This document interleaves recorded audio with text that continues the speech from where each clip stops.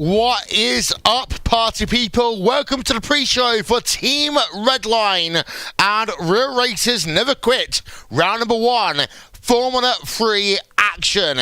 We are eagerly awaiting the start of the server to get you guys running, but we thought, well, wait to start the broadcast when we are here, we are ready to go. Wolverhampton along with Connery Reddick and Tobias Brockman, and well, Connery, it's going to be a fun evening. Fun 3 evenings this week. We've got a race today, a race on Wednesday, and a race on Friday. Yeah, and thank you very much to Team Redline for putting on this sort of mini-series with many of the drivers that you'll see in the real world, and it's going to be absolutely fantastic. We even got some content creators in there. Jimmy is rumoured to be joining us, as well as maybe some of the other Team Redline drivers as well, and I certainly can't wait to get this started at all. Wait, Jimmy's here? Is that Jimmy? Yeah. Oh my word, Jimmy Broadbent's going to be here, Tobias. Yes, he's finally in our split this year.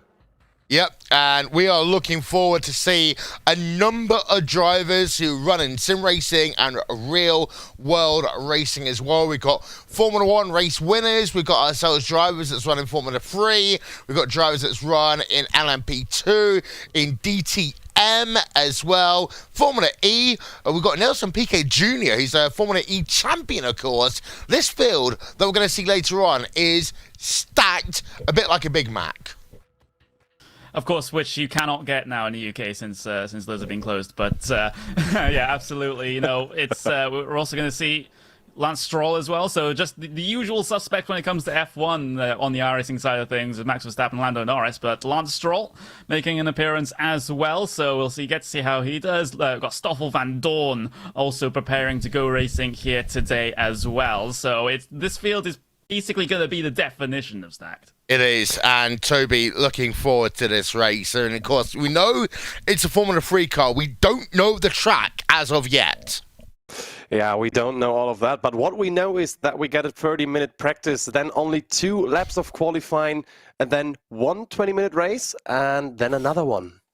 Yep, and we are anticipating with great fever this event here today, and we are hitting that F5 button. We're smashing the F5 button, Toby, to try and be the first to make the announcement. Where are we gonna go tonight here on Team Redline stream? And we talked earlier on, we kind of got some place that we'd love to go to. They did a practice session at Sonoma earlier on today, and Sonoma is an interesting track for a Formula 3 car. You can do 2 wide around there for most of the racetrack, but of course we want to see some fun here tonight. This is one of those things that, you know, we haven't got the Formula 1 series going on right now, we haven't got other things going on. We want to see some fun. Yeah, especially Sonoma would be fun. I've seen a lot of Formula 3 cars going wide and flipping the cars on turn 2. So, I mean, I wouldn't say no to this track, to be honest. Yeah, and it's worth noting, Connie, as well, that there's been a lot of virtual racing over the last couple of days. We had our friends over at Radio Le Mans who was doing some IMSA race broadcast a couple of days ago, as well as we saw Mike Joy, Jeff Gordon doing some social distancing in a Fox NASCAR event yesterday that was live on FS1. And for a lot of these race drivers, we've talked about the seriousness about what's going on before quite a lot.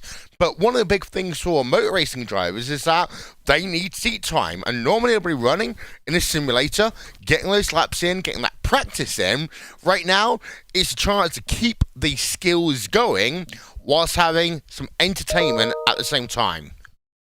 Yeah, absolutely. You know, you can't afford to really be out of the game for too long here if you're one of these professional drivers. So, you know, they're finding a solution. They found a solution to keep their skills in check. And, of course, for a lot of these drivers, especially ones from the same series, they've raced together before. We've seen, we're going to see multiple Formula 2 drivers. We see Formula 3 drivers in there. We've got a good amount of DTM drivers as well, which have all raced each other before in their own individual series, Will. So they'll be no strangers to how each other races. It's just the sort of the cross series situations which might be a little bit more of a question mark, and we'll get to see how those particular groups interact here on the racetrack today.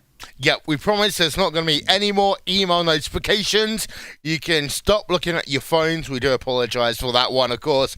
A bit of a rough situation here today in terms of getting this broadcast on the air, but we're going to be running for 3 dates here every week for the foreseeable future, on Mondays, on Wednesdays, and on Fridays.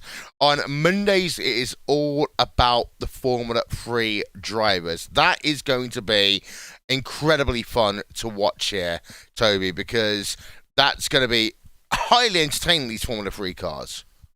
Yes, especially with the damage model they have. I wouldn't wonder if we see a lot of flying wheels today.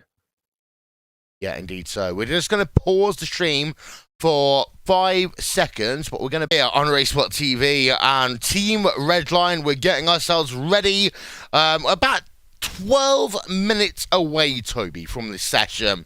And we talk about the 30-minute practice that these drivers are going to have to do here today. 30 minutes is not a lot of time to get yourself acclimatized to a racetrack, but most of these drivers, they are used to a limited amount of practice when it goes through in terms of your racing, and we do now know what track we're going to be running at.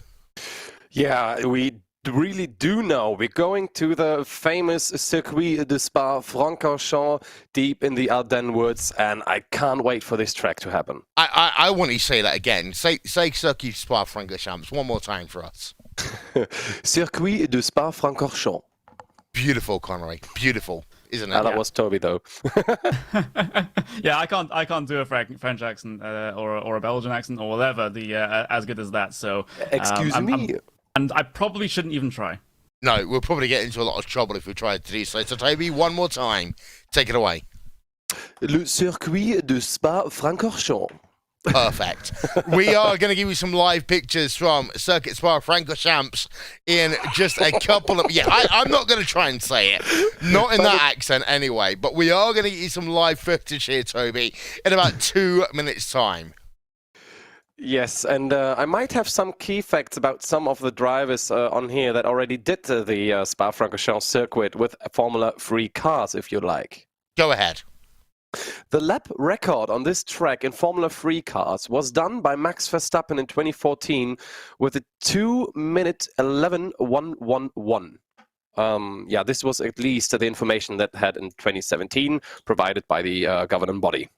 Yeah, as Verstappen is in this race. Of course, many drivers here, Connery, have raced at Spa in the past in their various motorsport series. It's a home, of course, to a round in the Formula 1 World Championship, Formula 2, Formula 3, as well as a lot of these drivers in touring cars will go and race at Spa in the World Endurance Championship. It was going to be my birthday treat to go to Spa this year, partially to avoid commentating the 24 Hours in Nürburgring, but more importantly, it was supposed to be my birthday treat, which unfortunately I cannot do anymore, which is a shame because I absolutely love actually being a spectator at this racetrack.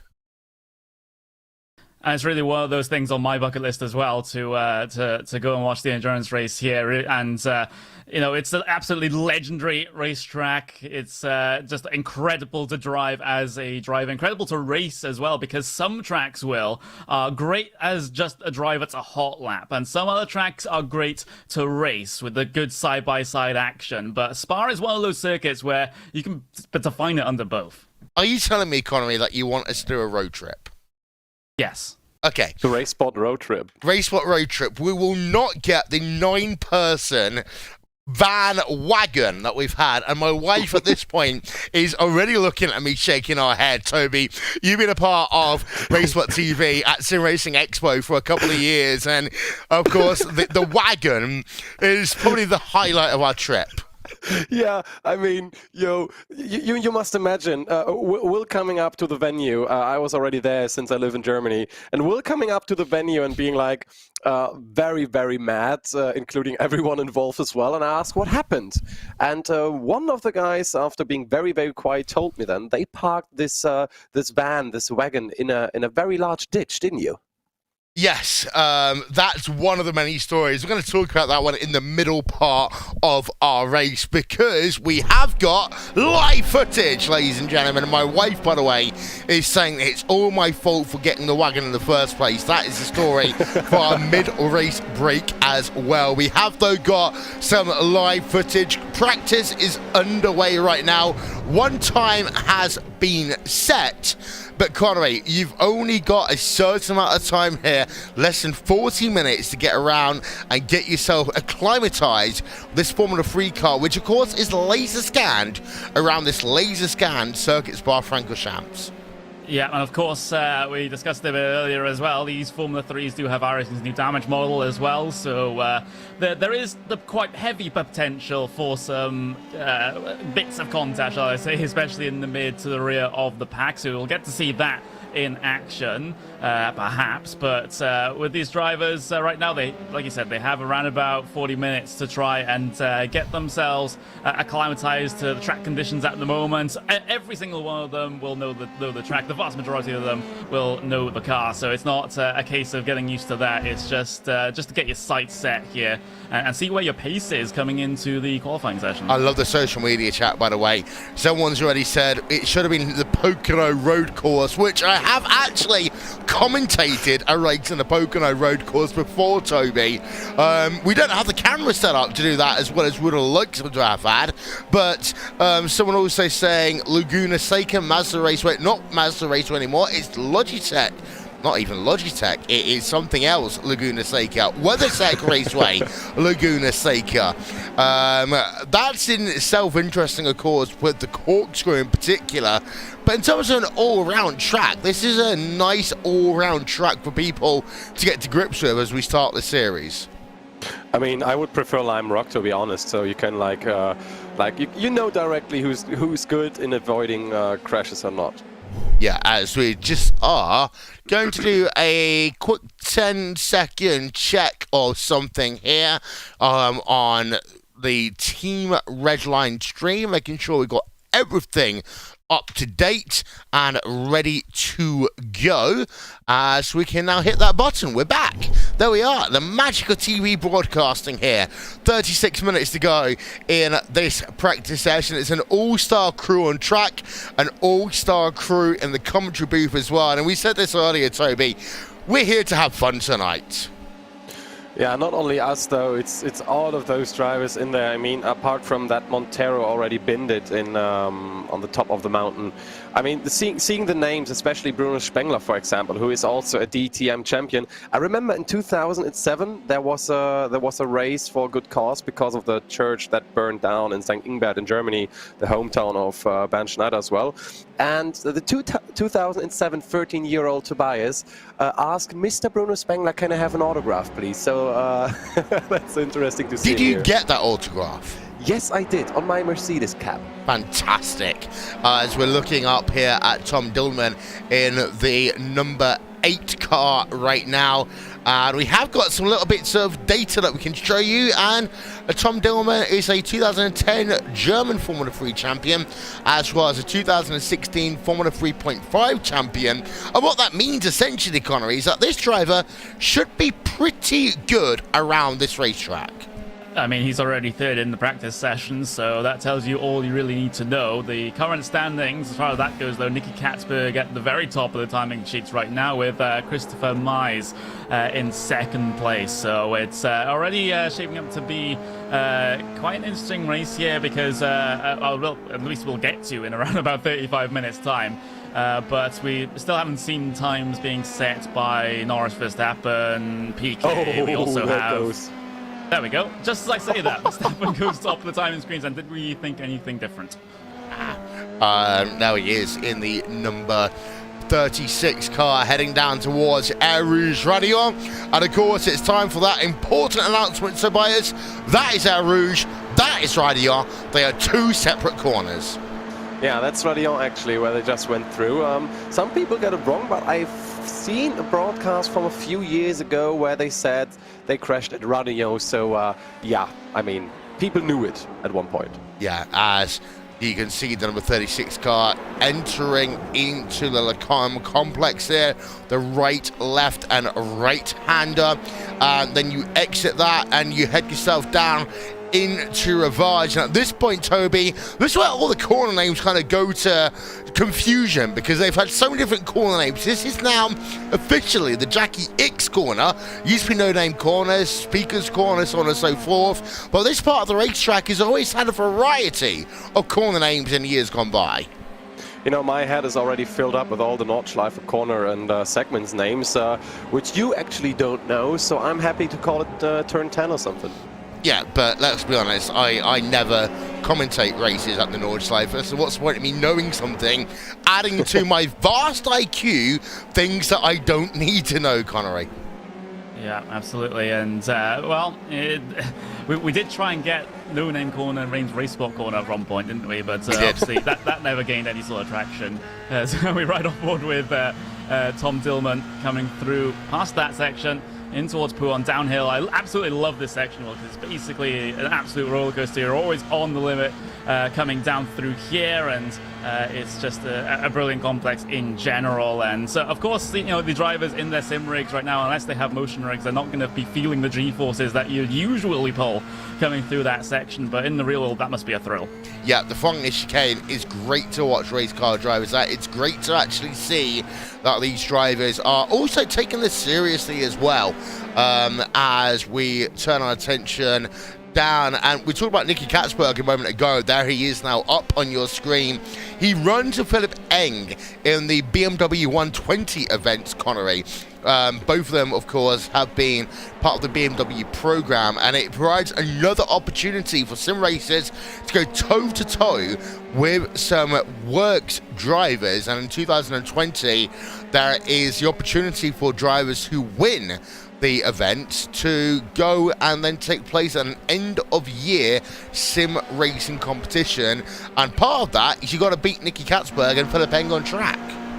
Yeah, absolutely. And, well, we already had a sort of quote-unquote end-of-the-year BMW sim racing event in 2019 with BMW Sim Live. And that was, well, the racing at that event was quite stellar, especially the final, where it was Team Tomzik with Mitchell de Jong and I believe Lauren Henrich as the drivers coming towards the end there. It was just a photo finish at Daytona. We just saw Nicky Katzberg have a bit of a problem there inside the bus stop, and I didn't quite catch that on my own screen, but Katzberg, just as we're talking about his the company he's contracted to, decides to have a little bit of an error into the bus stop.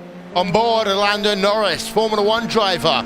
A good Formula One driver, a better Twitch streamer. I can't disagree with that one, Toby. We didn't write these driver notes, but I'm going to agree with that one. Yeah, I mean, his streams are literally legendary. I just remind you guys the phone call he had yesterday with a certain Max about asking what's the best idea, and you know what the answer was? Well, what? Just pump them all. Oh, yeah. I can't. I mean, to be fair, that did happen yesterday. Yeah. Yeah, it did work perfectly. You can ask Jimmy Broadbent about that. They got pretty close yesterday. Maybe we got a revenge tonight. Yeah, and of course, these drivers are going to be running a number of races over the coming weeks here on iRacing, as Lando Norris there gets past in towards Rouge in his McLaren colours there. So number 16 showing off those McLaren colours, which we haven't, of course, seen in the 2020 Formula One Championship, because, of course, that's all been delayed. You're still laughing here, Toby. What's going on? I mean, we talked about him a lot already, but I've seen a comment by Michael van Gorkum in the chat saying that Verstappen can get far. Anybody know something about him? So, yeah, the community is already ready for everything and in a good mood, I would say. Yeah, and of course, Max, one of the biggest disappointments for him this year, Connery, isn't going to be the fact that, of course, the Formula One season's delayed. It's going to be the fact that his home race for the first time ever at Zandvoort has been delayed. And of course, they've reprofiled that racetrack. And in the same way in the Schumacher era, we had 2 Grand Prix going on in Germany. We've now got a race going on in the Netherlands, in part because of Verstappen's huge, the publicity around him and the Dutch racing fans. I am going to be really disappointed over the fact that we may not see Verstappen running in a home race this year, mainly because Zandvoort, I've been saying it for my entire 8 years of commentary on sim racing, is one of my favourite racetracks. Yeah, I think it's a brilliant track as well, and we'll just have to wait a little longer to see how that sort of redesigned final couple of corners works out with the banking, and at least right now we're not going to see it when we expected to see it, which is unfortunate. By the way, if you're wondering why Max Verstappen is running in the 36 car instead of the number 33, that's because the number 33 car has been taken by Thiago Monteiro, so he was able to get into the session first and get that number, and Max will just have to deal with number 36. Yeah. Also, something interesting to note is we have 2 Lindes in P6 and P9 right now. Just to let you know, the number 31 car is Kelvin and number 37 is Sheldon van der Linde. Yeah, we're looking at the number 31 car of Kelvin van der Linde. He's the ADAC GT Masters champion of 2019. Of course, we haven't seen Porsche in a Formula 3 car, well, in donkey's years, if ever, but we have got Porsche represented on that car. I'm really hoping that we're not going to get an angry phone call from Porsche tomorrow over that one. But from one Linda to the other here, now running in P number 10, is Sheldon van der Linde, and he works himself down into the bus stop chicane. Huxenveld and Hankook sponsored cars as he comes towards the start-finish line once again, Connery.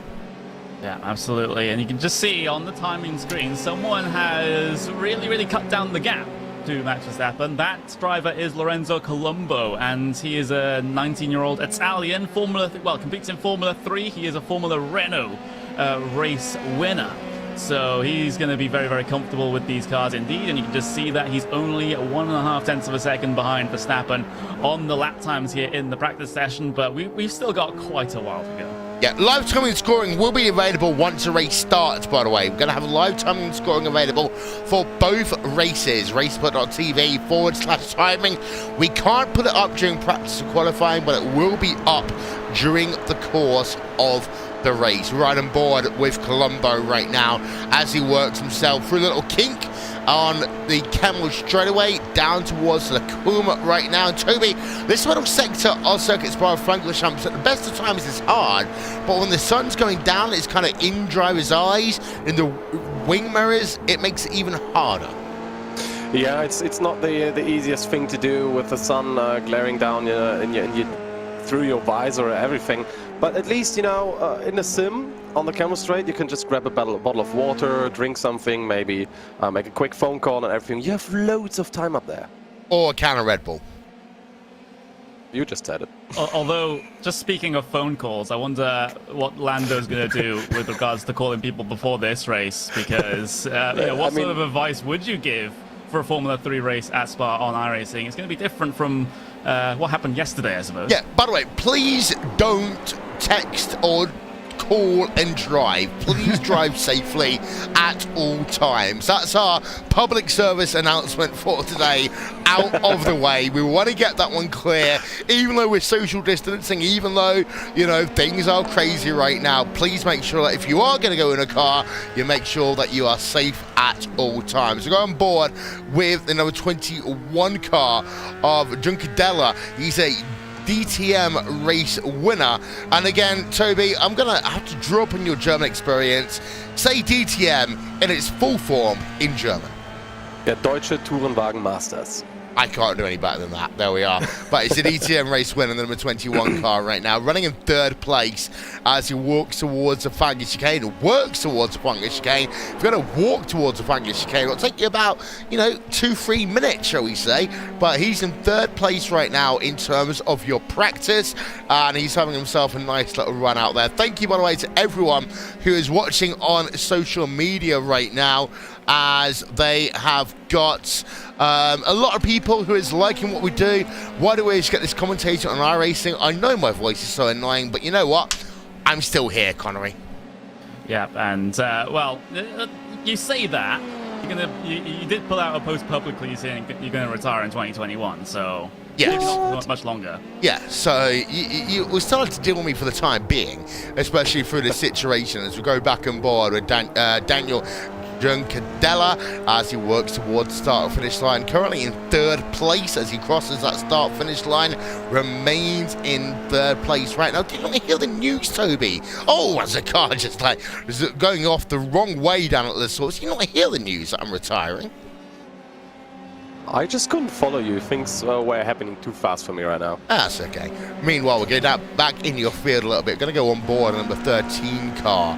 And this is a Formula Ford USA champion of Neil Vergen in the number 13 car, Toby. He's working himself down towards the Fongya chicane right now, running in P number 20, but it is worth noting he's only 1.2 seconds back from your first place driver of Max Verstappen in qualifying. So these gaps, of course, Monday Night Skippies is going on in about an hour's time. We always talk about the 1 second bracket on Monday Night Skippies. 1 second bracket here, well, that is going to be a total of 13 drivers right now, but it's really close in your mid-pack. I mean, just look at Jose Maria Lopez and Larry Tenforde, because both of them have exactly the same time on the thousands. It's P17 and 18 right now for the grid, but, you know, there is like nothing between them at all. Yeah, question on social media from Royal Favier.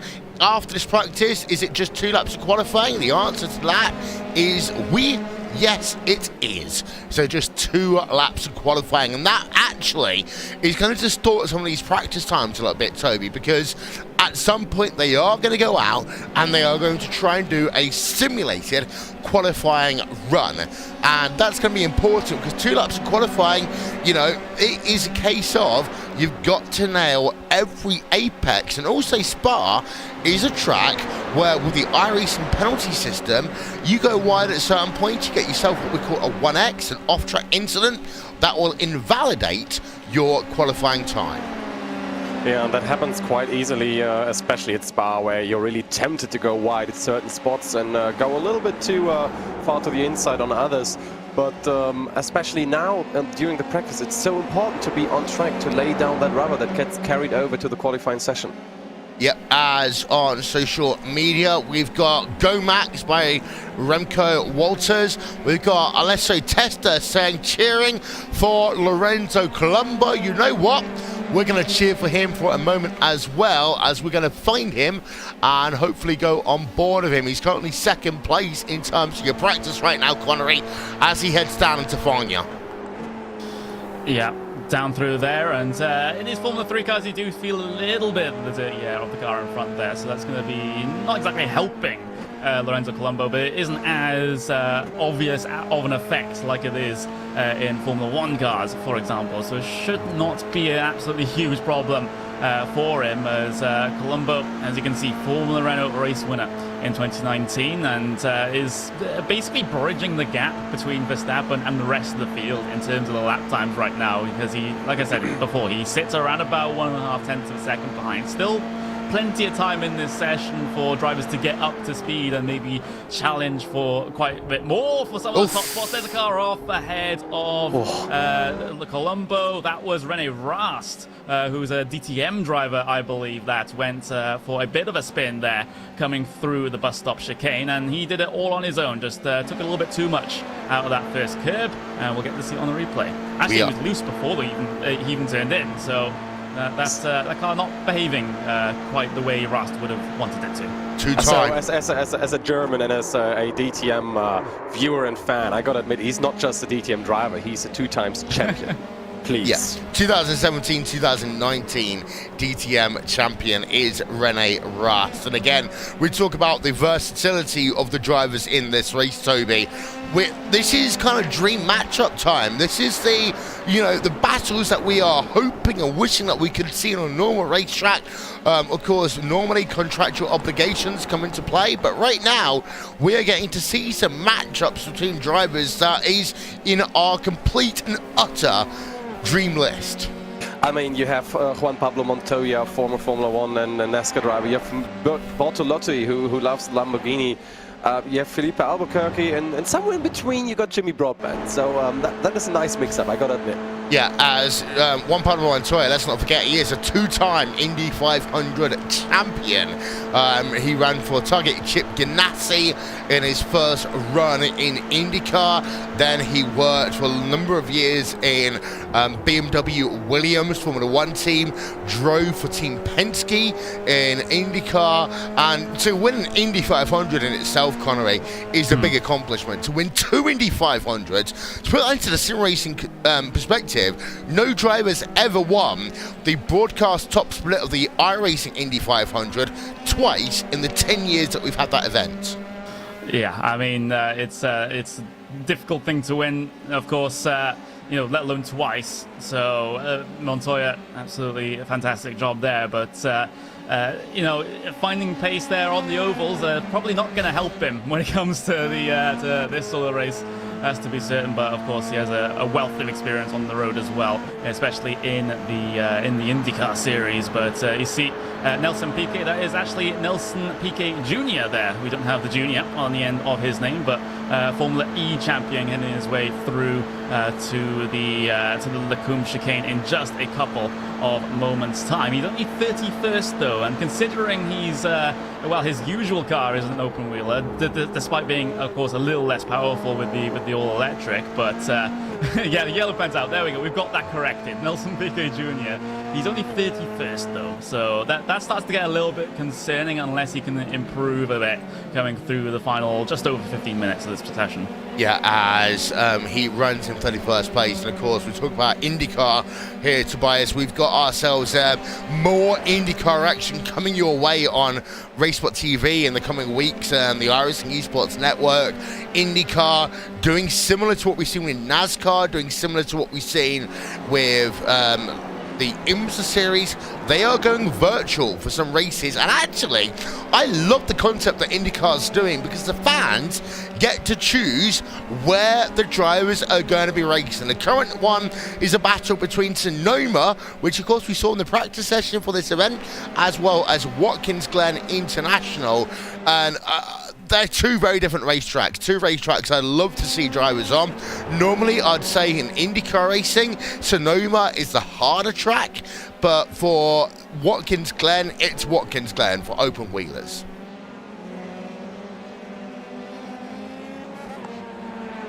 Yep, it absolutely is. Not sure where Tobias has gone, but we'll just... No, Toby, he's on strike. That was towards me, I'm always looking for background information, everything. I mean, all my four screens totally taken by this event tonight, and I gotta say, I would go for Sonoma, though. Yeah, you're on strike right now, Toby, because I forgot to mention the VLN series as well that you are part of over the course of this weekend. So I will apologise. I'll stand up, smack myself on the backside, and apologise to you, because of course VLN virtually happened as well over the course of the weekend.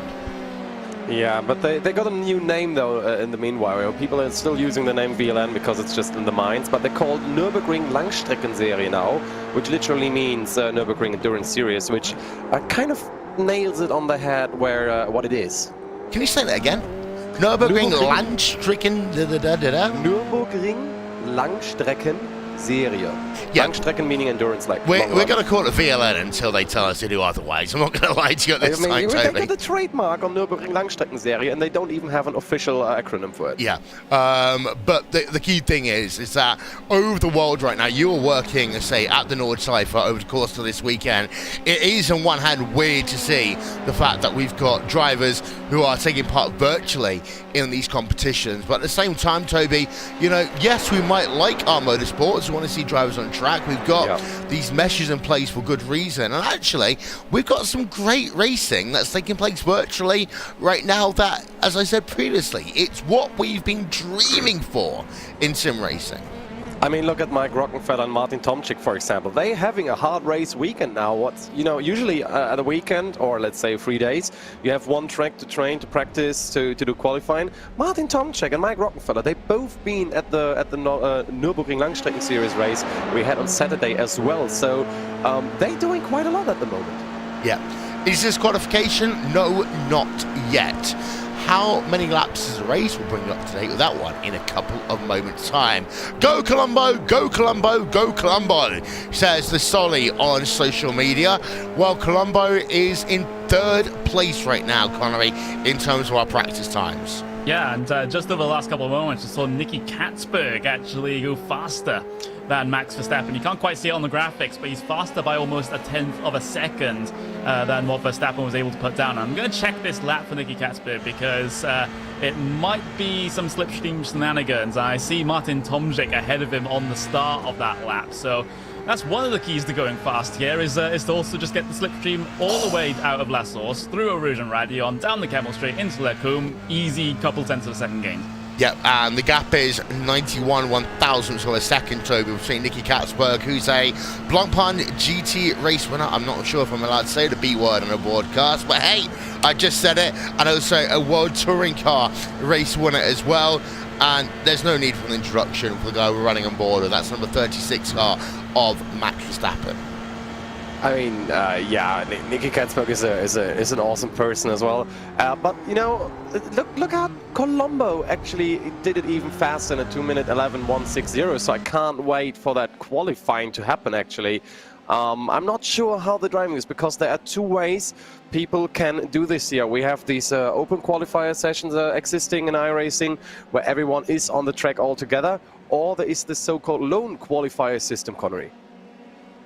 Yeah, absolutely. And, well, we do have that lone qualifier system in effect here because, it's going to be all alone out there doing your qualifying laps. You have no influence from anyone else. So traffic doesn't matter, slipstream doesn't matter. When we get to that qualifying session, you will have neither of them. So it's just you versus the track in qualifying in around about 12 minutes' time. Yeah, indeed. So, as someone asks who are the qualifiers, hi, my name's Will. I'm Will Vincent here on Racebot TV. This is Connery Maddock and Tobias Brockman. We do esports broadcasting, especially in sim racing, as much as other things as well. We're on board Nicky Katzberg in that number 9 WTC winner, as he works himself now through Blanchimont number 2. So at the corner names here, of course, Connery, and as one of the other ones, is it Blanchimont 2 or is it Stavelot Part 2? Yeah, Stavelot 2 or Curva Paul Frere. I say Stavelot 2. I know some other commentators that say Curva Paul Frere, and when we clash on the broadcast, that can be quite entertaining. But yeah, I mean, for me, I've always said Stavelot 2, and it's sort of a force of habit that I'm just kind of have to be sticking with. What about you there, Toby? What do you say? I'm all with Connery, to be honest. Stavelot 2? Stavelot 2. In that case, it's Stavelot 2 for the broadcast. There we are. That was a nice, easy meeting we had there live on air as we go on board with Jose Maria Lopez right now in the number 12 car as he exits the Jackie X corner, formerly known as Racebot Corner, heads himself now down towards Pouin on track, the double apex left hand. A little bit of smoke there coming out of the car as well, looking up in the entrance to that Pouin double apex right-hander, Toby. Yeah, I mean, that happens easily with these cars as we're looking closely again. But, with no driver aids, of course, in these cars, you really need to get your tires and temperature, especially with the new tire model, which is great on these cars. Yeah, we're not allowed to call it new tire model version X Felix anymore. It's just known as the tyre model, the new tyre model on iRacing. So we can't determine what tyre model it is, Connery. It's a tyre model, but of course continuous improvement by our guys over at iRacing. And I remember the time that I once did a kind of a funny This Is Sports Center like piece when we had David Carver, and I'm not going to lie to you, he has got literally those thick textbooks that we all dread when we're in university. Yeah, I mean, for me, it's less textbooks now since my degree is it's computer science, so everything's basically online. But yeah, I understand where you're coming from there. But currently right on board with Larry ten Voorde here, Porsche Super Cup race winner. And that segues into a good discussion because the top series here on iRacing, as far as esports is concerned, on the road racing side of things, is the Porsche Esports Super Cup. So the esports counterpart to the real life Porsche Super Cup that Ten Voorde actually competes in. So that'll be getting started in a couple of months' time as well. So, that's going to be a great source of entertainment here on iRacing. Yeah, as we've got ourselves 9 minutes before qualifying starts. So this is the open practice segment of our first race here today. There are going to be 2 races. Each of them will have their own practice session, their own qualifying session, and their own race. Shout out to Dry Bones 9, this commentator makes me want to go outside. You know what? If you do so, make sure you do your social distancing, as we have got ourselves Lando Norris up on our street. Look, I'm used to this criticism over my time. We're on board Lando Norris right now in the number 16 car, as his little tag says, and you're still laughing about it, Toby. Good F1 driver, but a Twitch streamer. And of course, McLaren this year, they were looking to have themselves one of these kind of get back into the game sort of seasons. And for Lando, I'm sure he'd be itching to get behind his McLaren car. And it is a shame that he's not going to have the opportunity to do so for the next couple of months. Yeah, I mean, you've seen it in the last season already where they were heading with all that stuff. And with the changes the car got, especially talking about the power unit, everyone, I think, was eager to see where they can go if they can get back to the heritage where they came from. Yeah, as why does it look like there's sound on the track? Well, it's just because of the fact that the sky settings right now is that the sun is low behind the trees here at Circuit Spa-Francorchamps. Of course, one of the things about iRacing is dynamic track modelling with the weather, and we do get that at certain points of the day here, Connery, where the sun comes up and comes down behind the trees. And of course, we are high in the virtual mountains, the Eiffel Mountains here at Circuit Spa-Francorchamps, and that does mean that at some points it is actually hard for drivers to fully see themselves around this track. Yeah, and that comment they're talking about, they're looking like there's sand on track, and in some places there is, because the dynamic track does actually allow that to happen. So if you do dip a couple of tires into the grass, come back on circuit, then that dust actually does accumulate on the racing surface, and if it happens on the racing line, then the cars going through will actually clear that out and clear it to offline, where usually the marbles will start to develop as well. So it's I know it was a joke saying it looks like sand, and in some cases it might well be, or rather gravel. Yeah, as we're out on board with Franco Colapinto in the number 43. He is a Formula 4 Spain champion in 2019, as he works himself down in towards Blanchimont, Toby. Yeah, looking at it, he might even have some of the slipstream. I mean, I recall an F1 driver saying in the F1 cars you get slipstream, you notice the aerodynamic effects of the car driving in front up to 5 seconds behind these guys.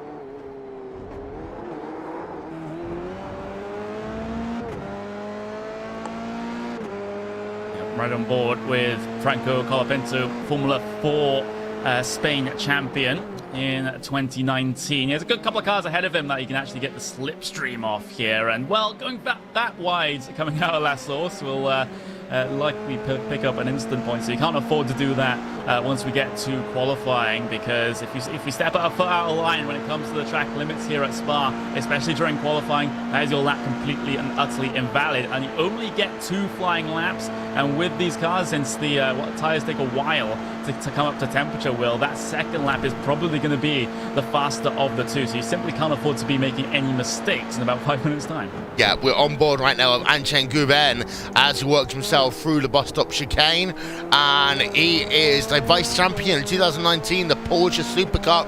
We've got some announcements coming soon about the Porsche Super Cup and how they are going virtual in 2020. That's going to be great to watch.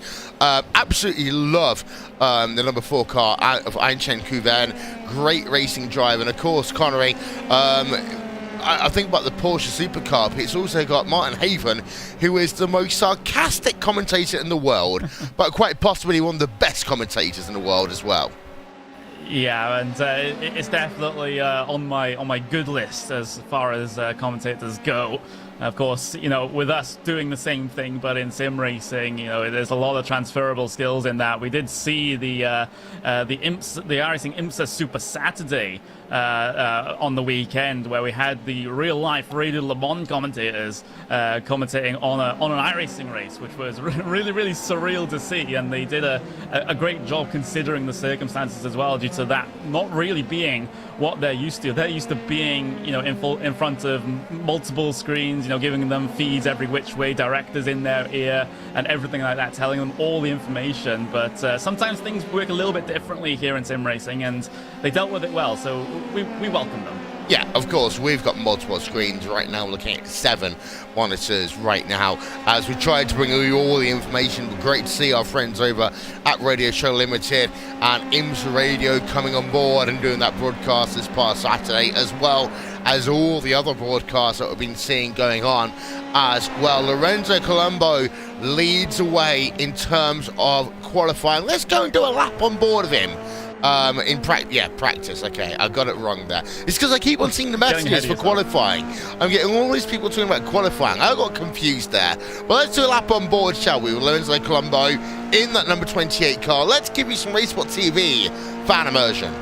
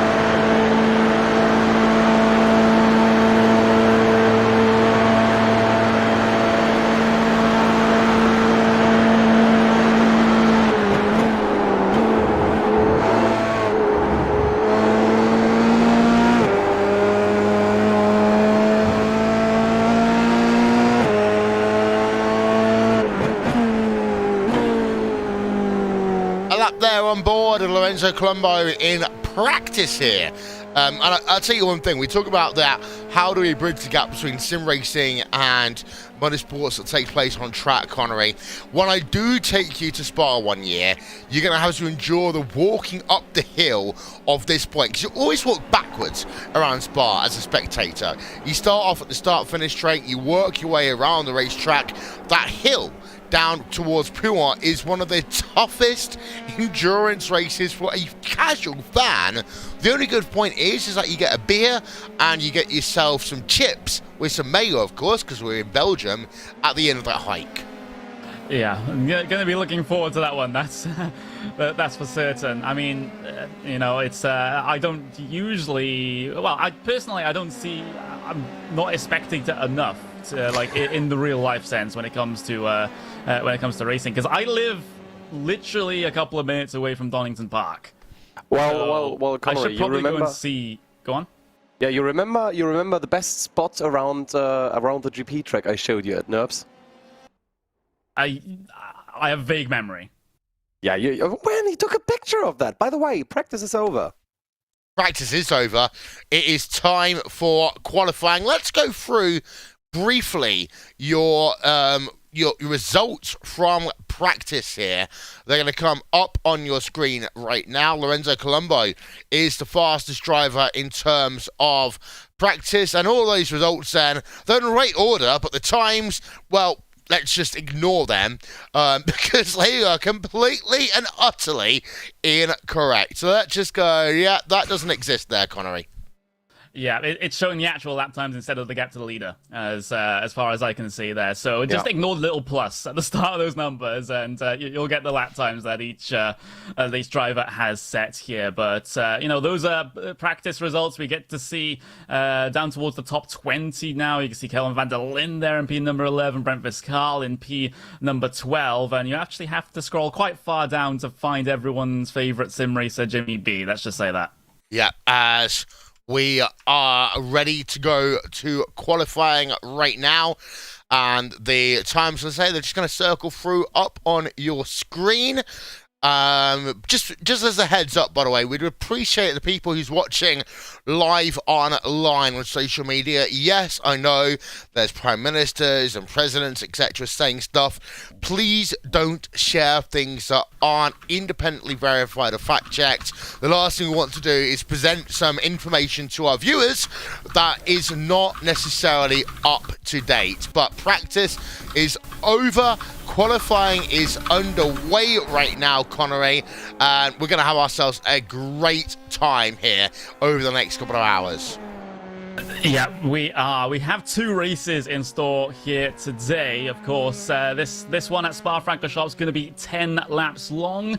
And since we don't know the circuit for the next race, well, it's impossible to say how many laps it will be there. It might change depending on the length. But right now, you can see drivers out there currently getting their qualifying out laps set. There's Tom Dillman that we're watching at the moment as he comes towards the end of his out lap. I'm not seeing any mad weaving to try and get some heat into the tires here on the part of Tom Dillman. Some other drivers, taking that option. You can see exactly exemplified there by Lando Norris, trying to get some energy into those tires, which is very important on this tire model in this car as Norris comes towards the end of the out lap, and well, he'll be starting his first flying lap in about 5 seconds time. Yeah, and what that's going to mean here, Toby, is that these first laps will be representative, but they won't be the fastest lap times. We fully expect that second lap to see the times tumble just a little bit.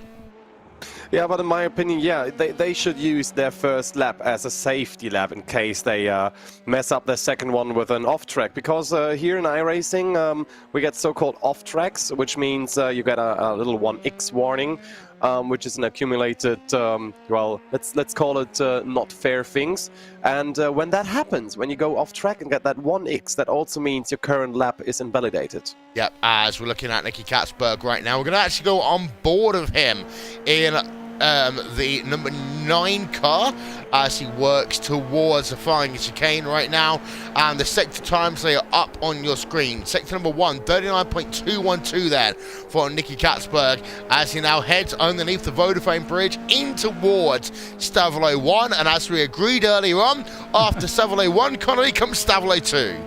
Yeah, heading his way through there, or curve pulver if you're so inclined, but we're going to stick with the former for this particular broadcast. And Nicky Katzberg, he was very, very quick in the practice session that we've just had. And if he can string together some fantastic laps here in qualifying, then he'll be one of those big players right at the top of the timing board, and we'll get that, get near that all-important pole position. But we're still going to...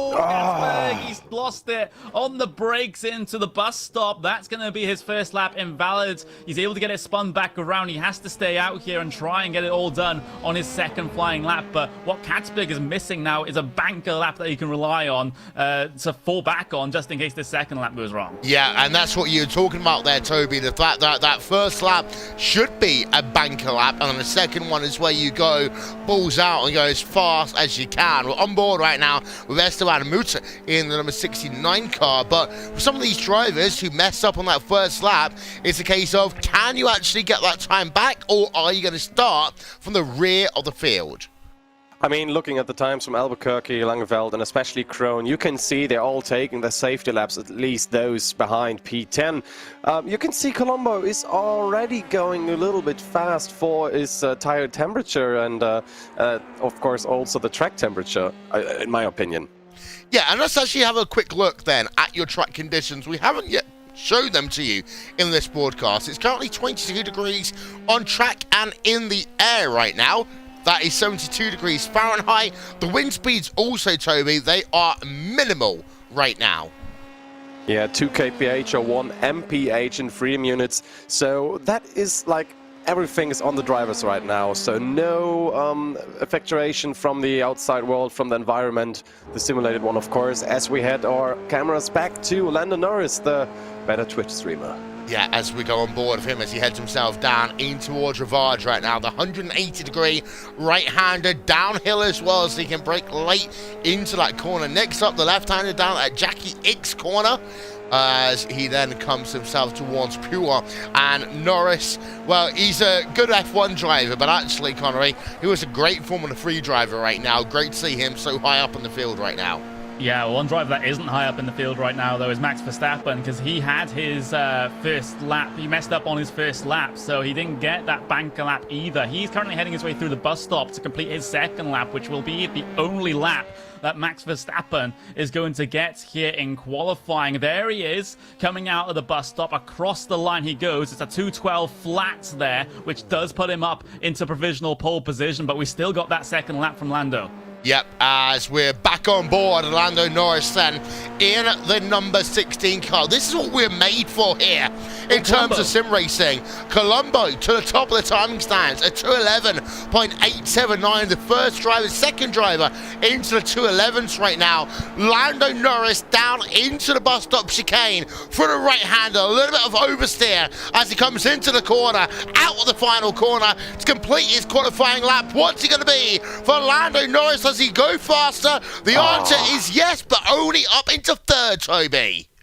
Yeah, there were these crucial 400ths of a second, or 500ths of a second rather, missing, and now Kelvin van der Linde takes second place with 16,000ths of a second behind Colombo and even in front of Verstappen. He might feel proud of him right now, being faster in an open wheeler than Mr. Open Wheeler himself. Yeah, as we're just having a look down the field, we're looking on board with the number 21 car as he heads himself down into that Fong chicane, and it's a DTM race winner, the number 21 car of Daniel Juncadella, as he now comes down into Stavolo number 1.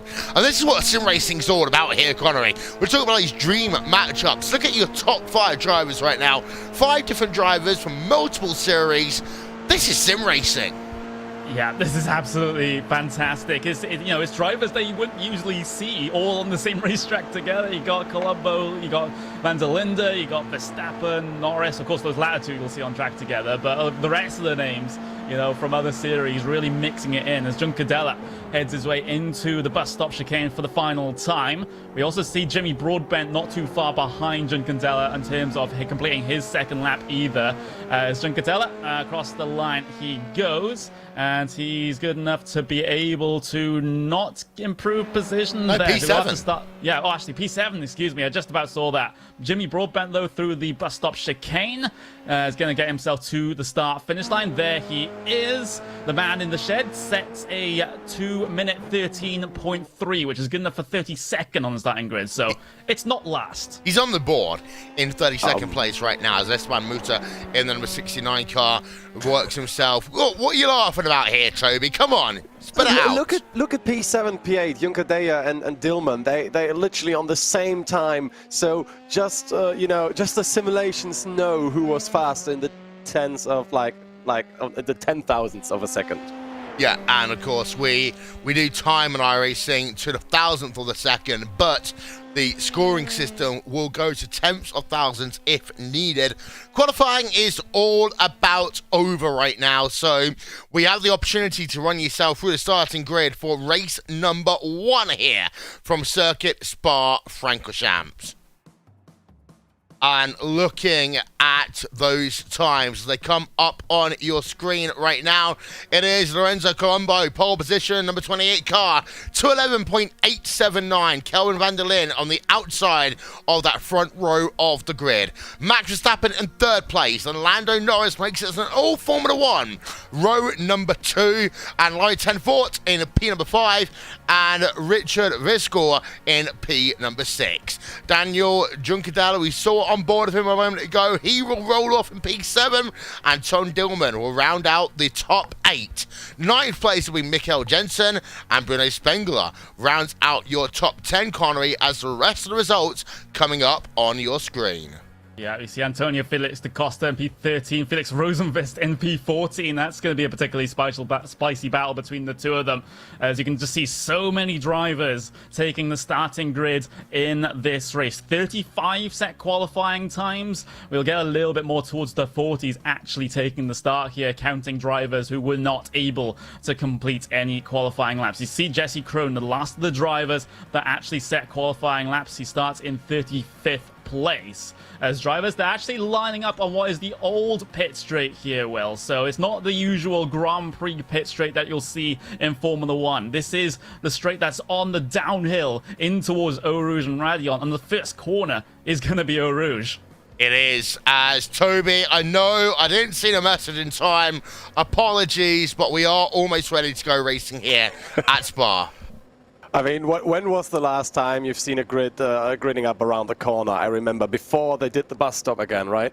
Yeah, it's great to see this racing here on Team Redline social media channels. We are almost set then to go racing here at Circuit Spa-Francorchamps. A wonderful look then up above at this start-finish straight. It's one that they often use in endurance racing. The drivers often see that, and then the fans are normally camped out on the right-hand side. It's a very old grandstand there on the right-hand side, but quite often we've got lots of great entertainment. We're going to have a lot here as well. The lights will go on top of the iRacing gantry, ready to go racing. Green flag in the air. We are underway. Standing start. Turn number 1 is Air Rouge, and a car pushed out onto the grass already as they work themselves down through Air Rouge and Radion for the first time, Toby. And a car off. 2 cars off. Oh, there was a massive shot in the back there, and I'm seeing names scrolling through, and I think it was Christopher Mies being affected there as well. Yeah, go on, Connery. 3 wide for the race lead. Verstappen's in the middle of this one. Colombo on the inside. Van der Linde has to drop back here and make it side by side for 3rd instead with Ten Voort, as Voorder's able to hold himself up into a podium spot. So we've had a bit of carnage there in the mid-pack coming through Radion for the first time, Will. But Colombo, he's lost the race lead on the start here. Max Verstappen from the 2nd row. He now leads this race as there's more spinning behind. And you can say a little bit there, Connery, about the fact that standing starts really helped out Verstappen. He's leading the way right now as they come down into P1. Yeah, it really, really helped him as further back problems for very many drivers at this stage. But your leading train really has kind of kept it together pretty well at the moment, because you can see there's Verstappen heading his way through La Fagna. We've got Colombo 2nd place, Ten Voort in 3rd place, and you've also got the likes of Juncadella, Tom Dillman in this train, Spengler, Guven as well. So they're all sort of in the slipstream train at the moment, Will, which will keep this group together. Yep, as live timing and scoring is available, visit racebot.tv/timing for that one. We're going to go on board at Larry 10 volts right now as he heads himself through Blanchimont towards the bus stop chicane, running in that third place. Your top five, well, that's all changed at the start of this race here, Toby. But what we've got is 9 more laps of racing to go, and anything can happen. Yeah, it was a massive shunt at the beginning, and I think I've even seen Mike Rockenfeller being affected by coming back on track incident. But looking at this race so far, I've seen great battles in the backgrounds, and also now on board with Guven, the Porsche Super Cup driver. He's trying to get further places in front, P6 at the moment. Yeah, we're on board Iron Chen Guven, and as they work themselves down towards Rouge and Radion through the left-hander at Rouge and up the hill through Radion. Look at how close he is. Whoa. Going to the outside as they head themselves onto the Kenwood straight away. That's Winner Spangler, who's alongside with right now as they head themselves down towards Lecombe, and the more side-by-side racing and battling going on behind P7, P8, P9, P10 side-by-side, Connery. I almost sounded out Davide Vallecchi there with my big old whoa as they got so close coming up through Eau Rouge and Radion, but they're somehow able to keep it together. We have to remind everyone, though, damage is off for this session. As there's a car off, there's Antonio Felix Decosta out into the gravel there, coming through Rivage. He's able to rejoin the circuit in a safe fashion. I'll have to see if he's done this all on his own or whether he made contact with another driver. Mikael Jensen trying to head his way down the inside, just the slightest of contacts, and that Formula E driver is out into the gravel. Yeah, that's the number 27 car. Let's see if we can get ourselves one more replay of that one from up above as they head themselves down into Roars Rivage. And yep, we call that the classic N-word there here for Felix Decosta as he is down now in P number 19 on track. So out front, it's Max Verstappen who's leading the way. That gap between P number 1 and P number 2, Toby, now up to 2/3 of a second. Colombo, who started this race on pole position, now down into second place. It is the driver who holds the Formula 3 lap record around this racetrack, as you said earlier on, Max Verstappen, who is leading the way. Yeah, and he's doing so very, very greatly, very, very calmly as well. I mean, Colombo is doing a great job of not losing it. You can see 0.6 seconds. It stays about the same at the moment, and he also doesn't have to worry too much at the moment about Larry Tenvoorde, who is in P3 with about 1 second of a gap behind. Who is having a problem as well as, I think, Calvin van der Linde, who lost a few places, and Danny Juncadella is a further 1.2 seconds behind at P4. As they work themselves up the hill here at Circuit Spa Francorchamps to go on board with Rene Spengler as he in that number 19 car is running in P number 6. He's a 2012 DTM champion. He's got just ahead of him Einchen Guven, but actually behind these drivers we got side-by-side racing going on. That's for P number 8 and 9, Toby. Yeah, that's Lando Norris trying to defend with Calvin van der Linde, and he overtook him. Now Linde. Oh, and Philip Enger close as well, and that might be another contact and another spin down, looked out into the gravel pit, but he just about saves it for himself though. Yeah, replay coming up. Connery, talk us through it. Yeah, you can just see the drivers in close proximity coming in towards Lecombe, and it was a bit of wheel banging between Norris and van der Linde that sent van der Linde wide, so he has to try and now fight with Philip Eng. Eng basically was beaten by the time for turn entry to Malmedy came through. We're riding on board with him. I think he's just sticking his nose in where it doesn't belong here, as far as I'm concerned. Yeah. He's fighting a losing battle, and that results in contact between the two drivers. Yeah, so we're back to the live pictures here as we've got battles going on outside of your top 10 that's worth keeping a bit of an eye out on as well. Kevin van der Linde, and now he's down into P number 12. So battle between the van der Lindes for P number 11 on track here, Connery. It's van der Linde versus van der Linde. Yeah, it absolutely is. There we go. Sheldon versus Kelvin. Which is the better van der Linde? Take your votes now. Yep, as they work themselves down towards Blanchimont here, Toby. Meanwhile, out front, it is worth noting that Colombo has closed that gap from 2/3 of a second between himself and Verstappen, now down to half a second. It was close as they worked through the bus stop that last time by.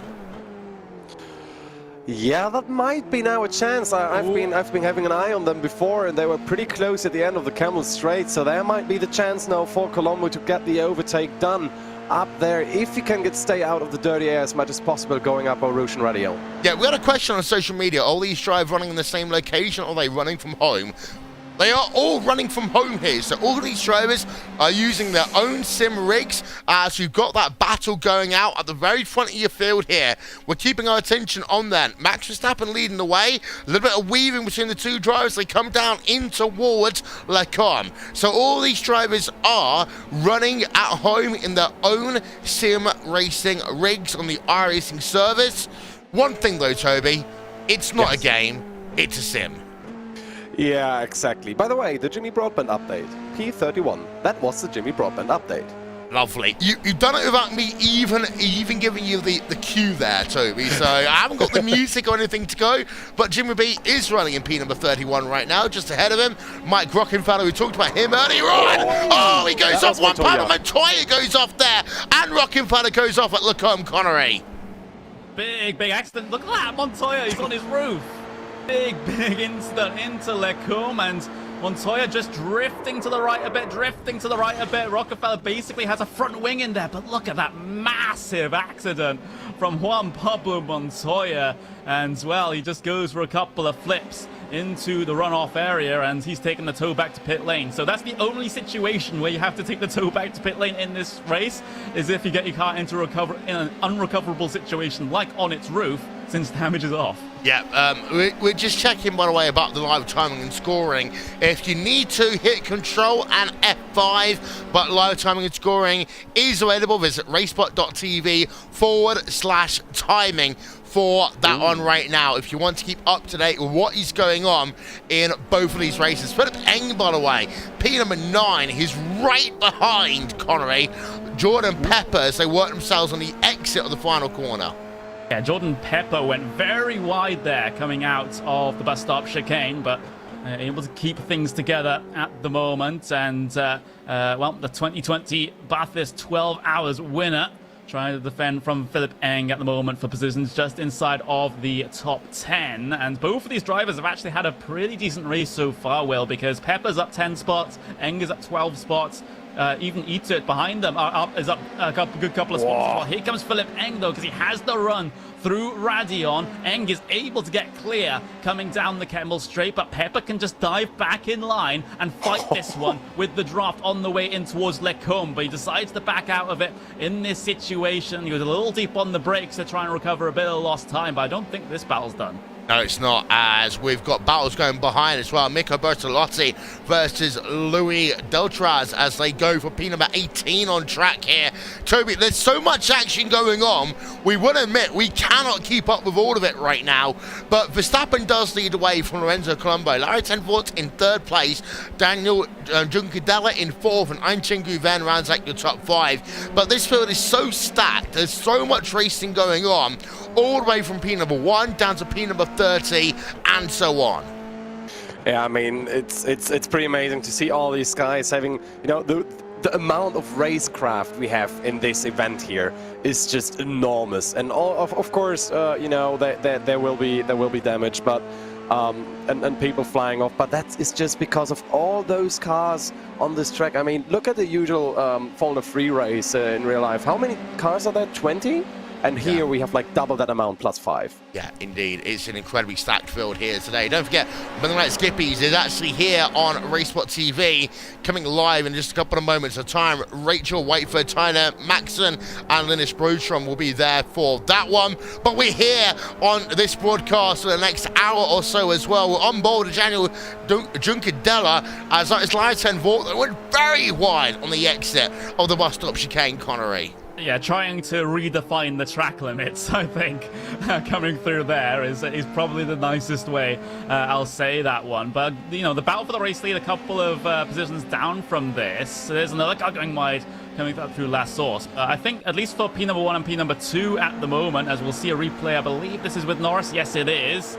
the good F1 driver, but the better Twitch streamer, trying to get that pass done. Coming down in towards the Camel Straight as he steadily works his way back up through the field. He didn't really have the best of starts. He's lost 2 positions compared to where he started, but you know, he has all of those cars in a train ahead of him, so it's not outside the realms of possibility that Lando would be able to get himself at least into a top 5 finishing position here. But an interesting point, though, I wanted to talk about with the battle for the race lead. Colombo is not just sitting in the slipstream coming down the long straights. He's just keeping behind and biding his time for the moment. I think he's just watching and waiting to see whether he can make a move in the slipstream on the final lap, or rather near the final lap, because, you know, if you do it too early, you're very, very susceptible to being passed back on the draft. Go on, Toby.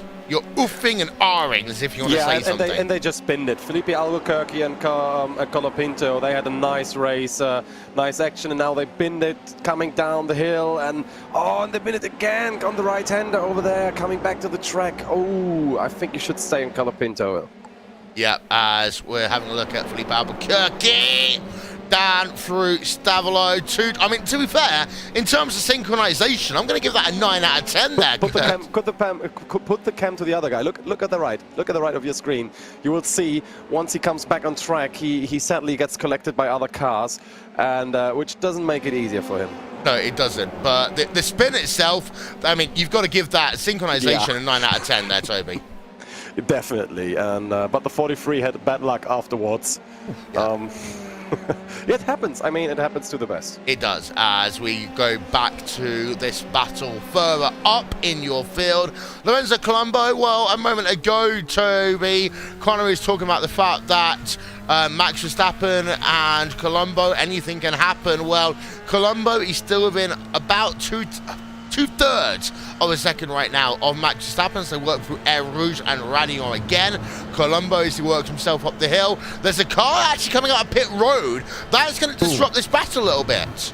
I mean, unless Christopher Mies gets out of the way, but Max will just use him as a bit of slipstream bait coming on towards the Lecum section, as Mies does get well out of the way of both of them, so it doesn't really affect the battle for the race lead in this situation. The important thing to note, though, for the final lap, well, even though we started on the old pit straight down the hill in towards Eau Rouge and Radion, the actual finish line will be the usual one that you see in Formula 1 on the actual Grand Prix grid. This is basically the admins have set this to be the endurance layer of Spa, where they take the green coming out of La Source. Yeah, and having been to the 6 hours of Spa, the Total 6 hours of Spa, as it's officially called, I'm sure that I would be hung, drawn and quartered if I didn't remember that fact, because you get the fireworks at the start finish line, the kind of lights going down around the racetrack, the fireworks is all beautiful. As you look normally, the fans will go from start finish straight, they'll do the lap around the racetrack,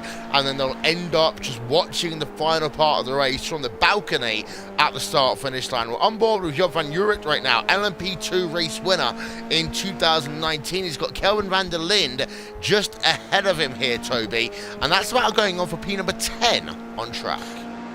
Yeah, P number 10, the one that people mostly like in open wheelers, since you nowadays get a point as well. By the way, if you did this during the 24 hours of the Nürburgring, you would need the whole 24 hours, because I did it once and I never do it again. What, to walk around the entire Nordschleife? Yeah, I'd never do that.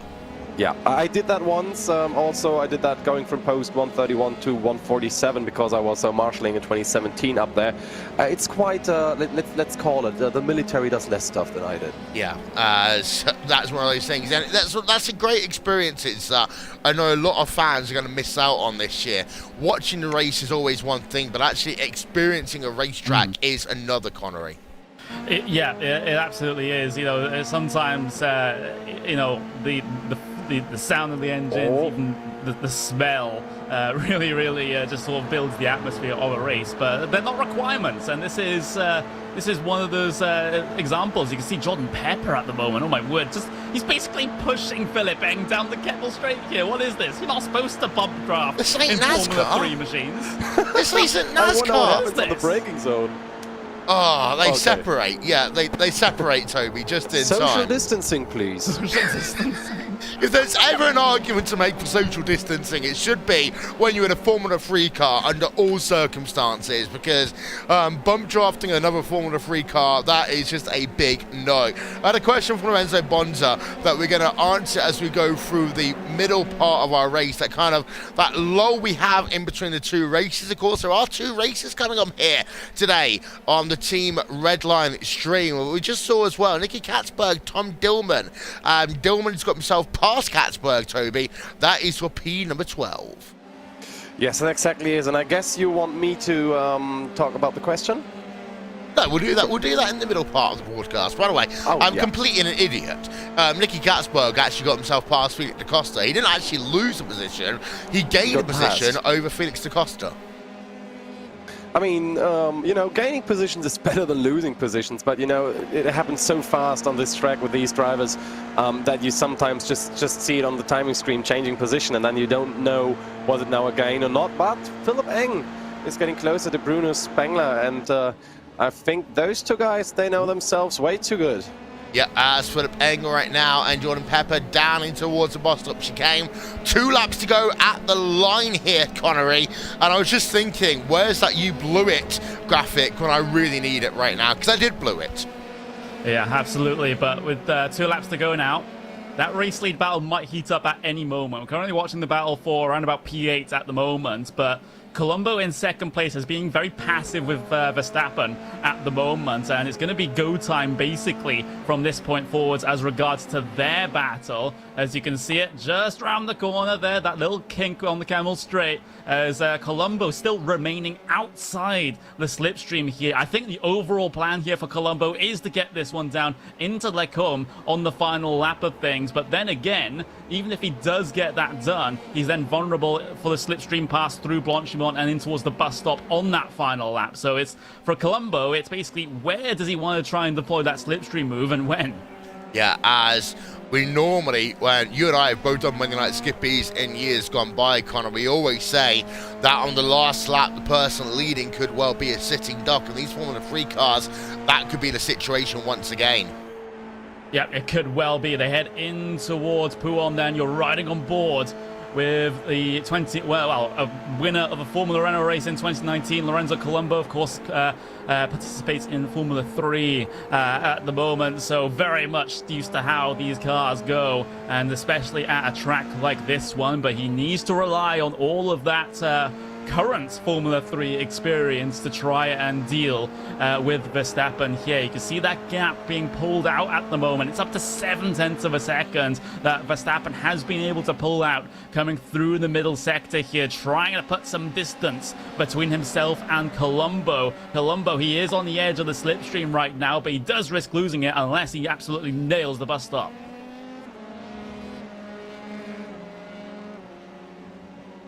Into that then, we can see just about going to be getting the final lap signal. There they go, across the finish line. Verstappen leads from Colombo. The gap is now 6.5 of a second between the two of them on the brakes into the last source hairpin. And this is it, Will. Colombo needs to nail this exit and use the slipstream as much as possible to bring himself even slightly close. As they work themselves then down towards Air Rouge and Radion for the final time in this first race here today. The gap is at 0.6 of a second. Is Colombo going to do it now, or is he going to wait until they get down to Blanchimont on this, the final lap of the race?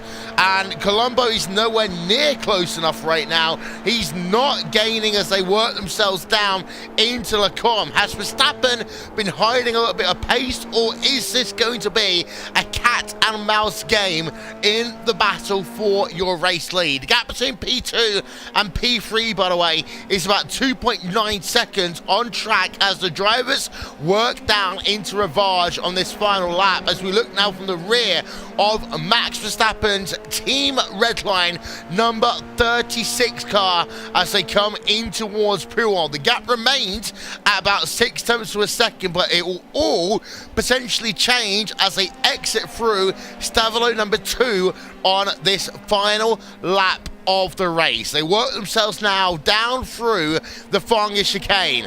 As they come out of the Fonga chicane, they work now towards Stavlo. We go back on board with Lorenzo Colombo as they come now through in just 4 corners left remaining in this race, and Verstappen has been pulling out an advantage so far on this lap. So much so, ironically, it looks as though that Verstappen may well have enough here in terms of that draft, and I do think he does as they come down into the bus stop chicane for the final time. Lap number 10 out of 10 will be complete, and it will be Max Verstappen who works now through that final corner. Verstappen, your winner here at Circuit Spa-Francorchamps, Toby. Yeah, he did a great job saving those tires. I mean, Colombo driving all the time in the dirty air. Of course, he lost a lot of grip, and then I don't know if he found a curse system or something in that car. It was that last lap, and I almost think here, Connor, we've seen it before with Verstappen. He likes to play other drivers. His mindset, as we just saw Jordan Pepper and Kevin van der Linde at the end of the race. Verstappen's mindset as Nasser, yeah, you're right. Talk us through it. Yeah, he's coming through the bus stop. He was in an extended side-by-side battle with Colapinto coming towards the end of this race. Colapinto will head his way across the start-finish line, but you can in the position just ahead. But look at that, just tap, shoves Colapinto wide, but Colapinto is able to rejoin and almost goes directly into the side of Felipe Nasr there. But in the end, he is able to come away with that position. He's secured a top 20 spot here, and considering the how many big names are in this field, that's not too bad. Yeah, I'll get my point out of my throat at this point, Connery. Max Verstappen, we know that he's a driver who can be aggressive and fast on track, but we know that psychologically he's very similar to Alain Prost in that he loves to play psychological warfare with the minds of people, and I think he did exactly that here today. He knew what his pace could be. He kind of got Colombo into a sense of false security. He thought, Colombo, okay, last lap I'll have a go for it, and then Verstappen just turns a wick up. Yeah, just absolutely incredible. But that isn't the end of the racing for this evening. We have race number 2 coming up in just a couple of moments, and well, we still do not know which track that is going to be at. It may even be Spa here again. Who knows? We don't know. Only the race stewards know at the moment, and we'll be bringing that to you in just a couple of moments. But yeah, what a race. That was absolutely awesome. Yep, as we then get ourselves a look at your race results from race number 1 here at Circuit Spa-Francorchamps, and that's going to come up on your screen. Max Verstappen then is 7/10 of a second ahead of Lorenzo Colombo in terms of your 10-lap event. Daniel Juncadella in 3rd place, 3.7 back from your race winner. Leiten Vort in 4th place, and Einchun Kuven rounds out your top 5. Lando Norris rounds out your top 6, and they were 6 drivers finishing within 10 seconds of your race winner. Philip Eng in 7th place, Bruno Spengler in 8th, Kevin van der Linde in 9th, and Jordan Pepper rounds out your top 10. Drivers 11 through 20, Toby, take it away. Yeah, Job van Uytert, he took place 11th, and Tom Dillman on 12th. Nicky Katzberg just arrived in P13, followed by Sheldon van der Linde in P14. Antonio Felix Decosta is then in P15, followed by Felix Rosenquist in P16.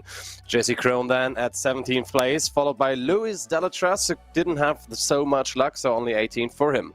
Ben Viscan on P19, and the top 20 rounds out Franco Colapinto, who had that massive shunt in the back. And Connery, you have placed 21 to 30. Yes, I do. Felipe Nasr comes home in P21. After that, bit of a last lap fight with Colapinto for P20.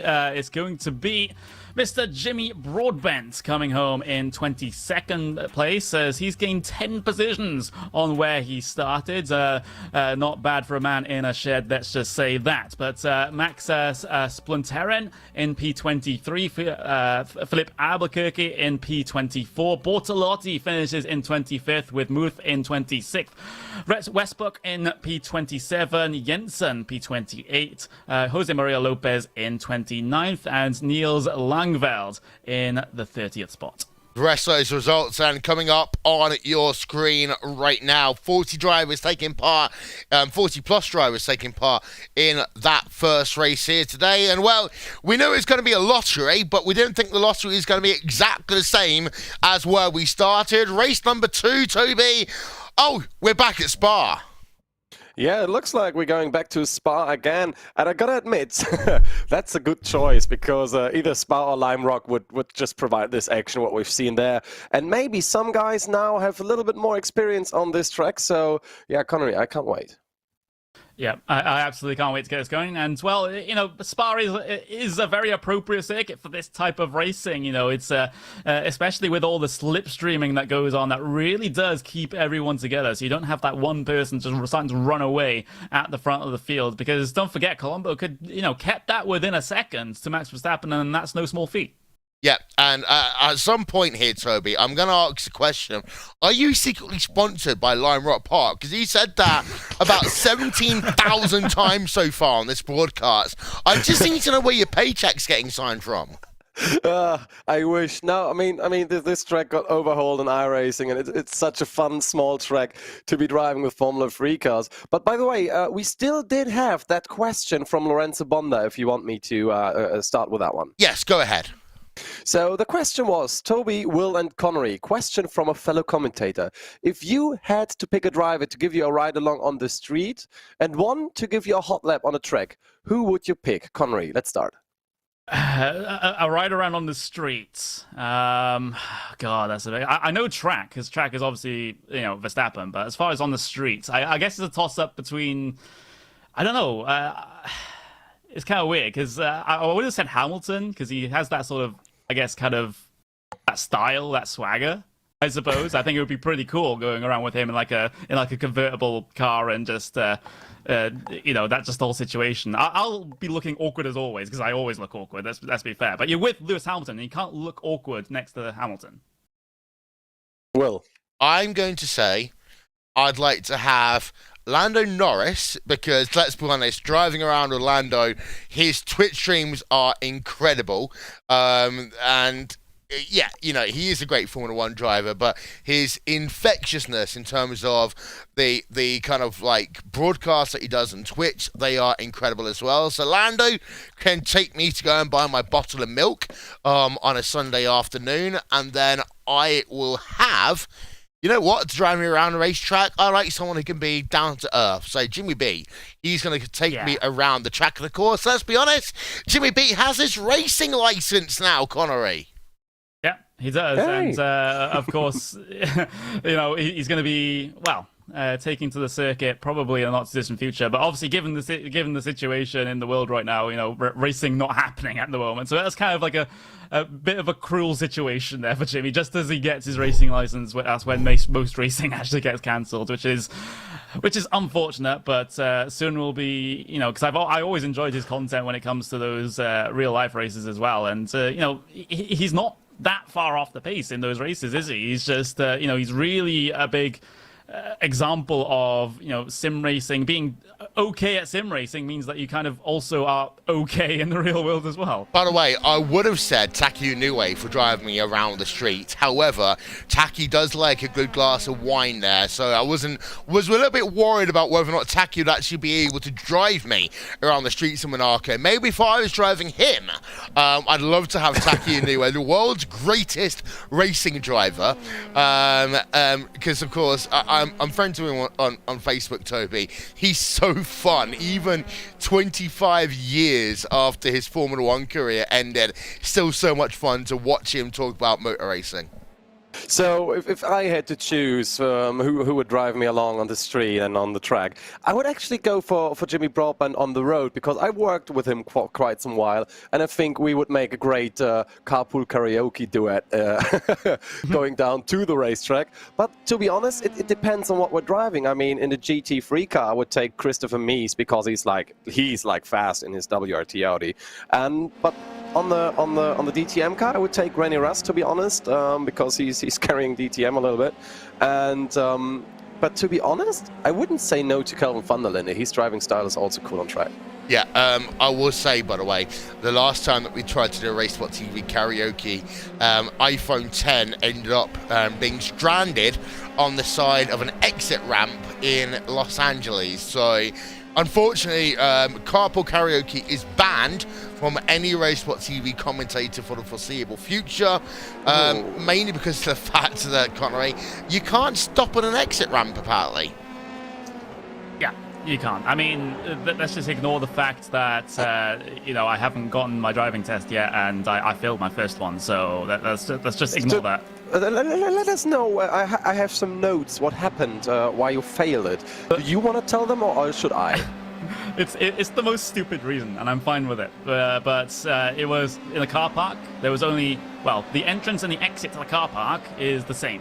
So there's no separate entrance and exit. I was a bit too far to the right because the road markings weren't clear coming out of the car park, and they gave me a serious fault for lane positioning. Which is really, really dumb because I understand why they do that. You have to be pretty much perfect when it comes to those things. But yeah, it was kind of awkward because the rest of the test was absolutely amazing. Talking about songs, by the way, I wanna notice something because looking at the chat, Lando Norris appears to have been singing a song he's been singing in the United States as well about roller coasters because he's been upside down. Ugh. Lando, we're not going to get you an X Factor. We're not going to get you an X Factor. So, the singing might work on your stream. I don't want you to get a strike. We don't want you to get a little something the other. Stick to the driving. That's going to be my opinion. As Junkadella, by the way, goes fastest in terms of our practice session right now. 20 minutes remain in this practice session before we do everything all over again, Toby. And yeah, the fans, all of you watching on Twitch and on YouTube, you have to deal with us for another 35 minutes or so. I mean, they will survive that for 19 minutes. I mean, we got Connery here with a failed driving test. We got Will Vincent, who can't properly drive a van. And, we got me, who is a German, so, yeah. Look, that van is going to be the death for me. So the story is, 2 years in a row, we worked at Sim Racing Expo, which takes place at the legendary Nordschleife. The first year, we had a people carrier, is a nice way of saying it. The second year, we had a massive people carrier when we had the Racebot TV house. The first year, of course, we ended up almost getting that people carrier ditched, which I think is the only time that you've seen me get so angry, Connery, that I stopped shouting. Yeah, that was the scariest moment of my life. Let's just say that, because, car stuck in a ditch in the middle of the countryside in Germany is not the best situation. And considering it's a rental that you might potentially have to pay a lot of money in terms of, actually... with insurance and all that. Yeah, I was pretty scared, and I was like, don't say anything unless Will reacts badly to it. I mean, make it worse. I mean, what Will did is still better than what happened to my first car that I had. Go on. Well, let's say it like this: the roof touched the floor 3 to 4 times. Ouch. Yeah. So it was a nice let's call it like this roller coaster ride, which was you put it in again. Ride. You can't just slip in another Lando Norris there with a whole roller coaster. Literally, I got pushed off the road and flipped like 3 or 4 times. Yeah, there is Lando, by the way, on the number 24 machine. We might as well at this stage. Of course, he's also streaming on Twitch TV right now. And okay. Him and himself and Max Verstappen are playing a little bit of we're going to call it games, we're going to say right now here, which I'm sure that everyone watching on Twitch will be loving Lando Norris' stream, Connery. Unfortunately, I would get into trouble if I carried on showing that. I'm sure he'd be fine with it. Well, no, that'll be fine. I'm sure iRacing will get me into trouble. Oh, okay. There we go. Yeah, that's probably who you'd want to be listening to in this situation. But still practice session going on out there, by the way. And it's Junkadella top of the timing screens, and we actually saw that at Sonoma in that little sort of pre-practice, I guess is the way I'll describe it. The TTM race winner heading his way through through Ravage. Excuse me, Mirage is a Counter-Strike map. I'm not gonna drop that in there. Yes, I do Counter-Strike casting, but this is not the time. Yeah, as we're looking then at Felix Rosenquist, you don't really care about the gaps in drivers because it is only practice overall, but we're on board with Felix Rosenquist right now in the number 19 car as he heads himself through Lecom. Actually, let's do a lap on board, shall we? With this number 19 car, let's give you some Racebot TV fan immersion.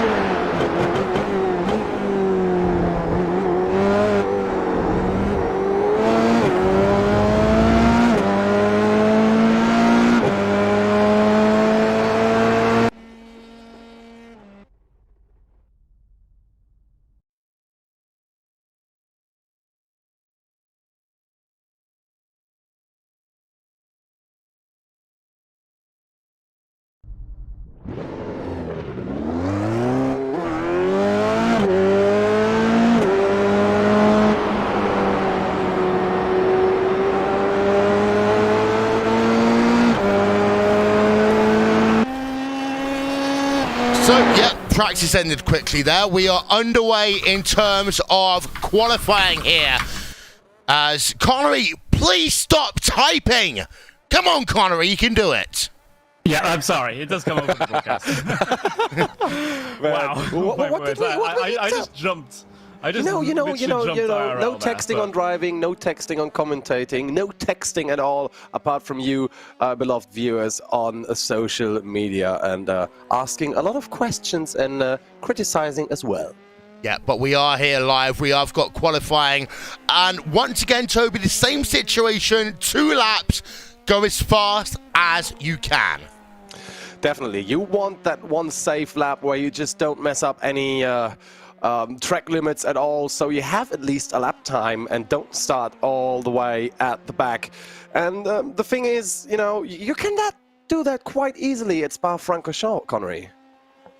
No, you can't at all, as, this is one of the tougher tracks on the iRacing service to actually get a qualifying lap in due to how strict the off-track penalties are here, so which is why we actually saw a good amount of drivers further down the field actually not set themselves qualifying times, which meant they had to start right at the back of the grid. You see Felipe Nasr heading his way through on his outlap at the moment, I believe, for him. All the drivers on the outlaps right now, and we'll get to see if this this qualifying session for the second race is any different from the first. Yep, give me a driver here, Toby. Who are we going to ride on board with for their first qualifying lap? Oh, just stay on Kelvin van der Linde. He's fine. Okay, we go on board with him. Talk us through a lap, actually.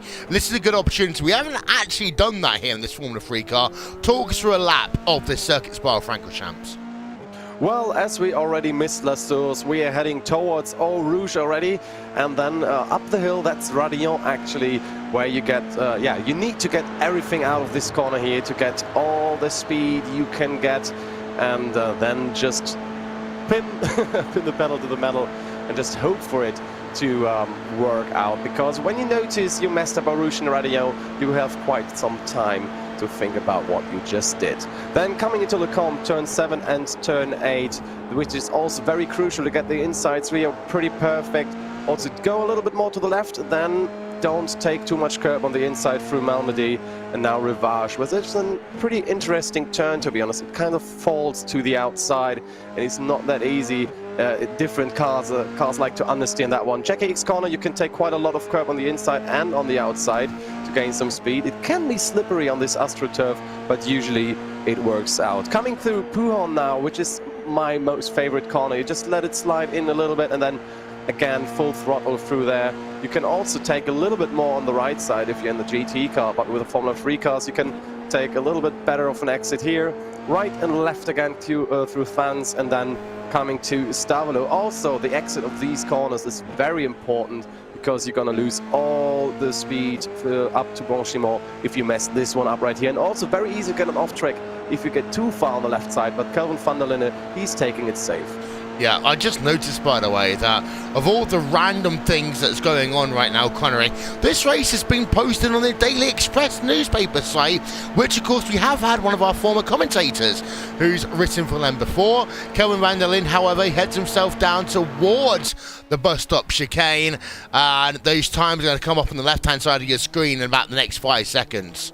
Yeah, of course. We've also got other motorsports media coverage as well. I saw a tweet get sent out by The Race as well, who has been great in organising their own events as well in sim racing during this difficult time. But Kevin van der Linde, he's edited his way through across the line, and, he sets a provisional pole position for the moment. Max Verstappen, though, second place here on his first flying lap, but he does have one more to go here, does Max, so he's not going to be worrying too much just yet, as we're seeing some of the rest of those qualifying times come through. Only 16 drivers have set themselves at first laps here at the moment, out of a good 40 or so that will take this race start. But that's a good lap there at the start for Linz. It's just a matter of whether he can do similar heroics on his second lap. Go on, Toby. Give us a pronunciation lesson.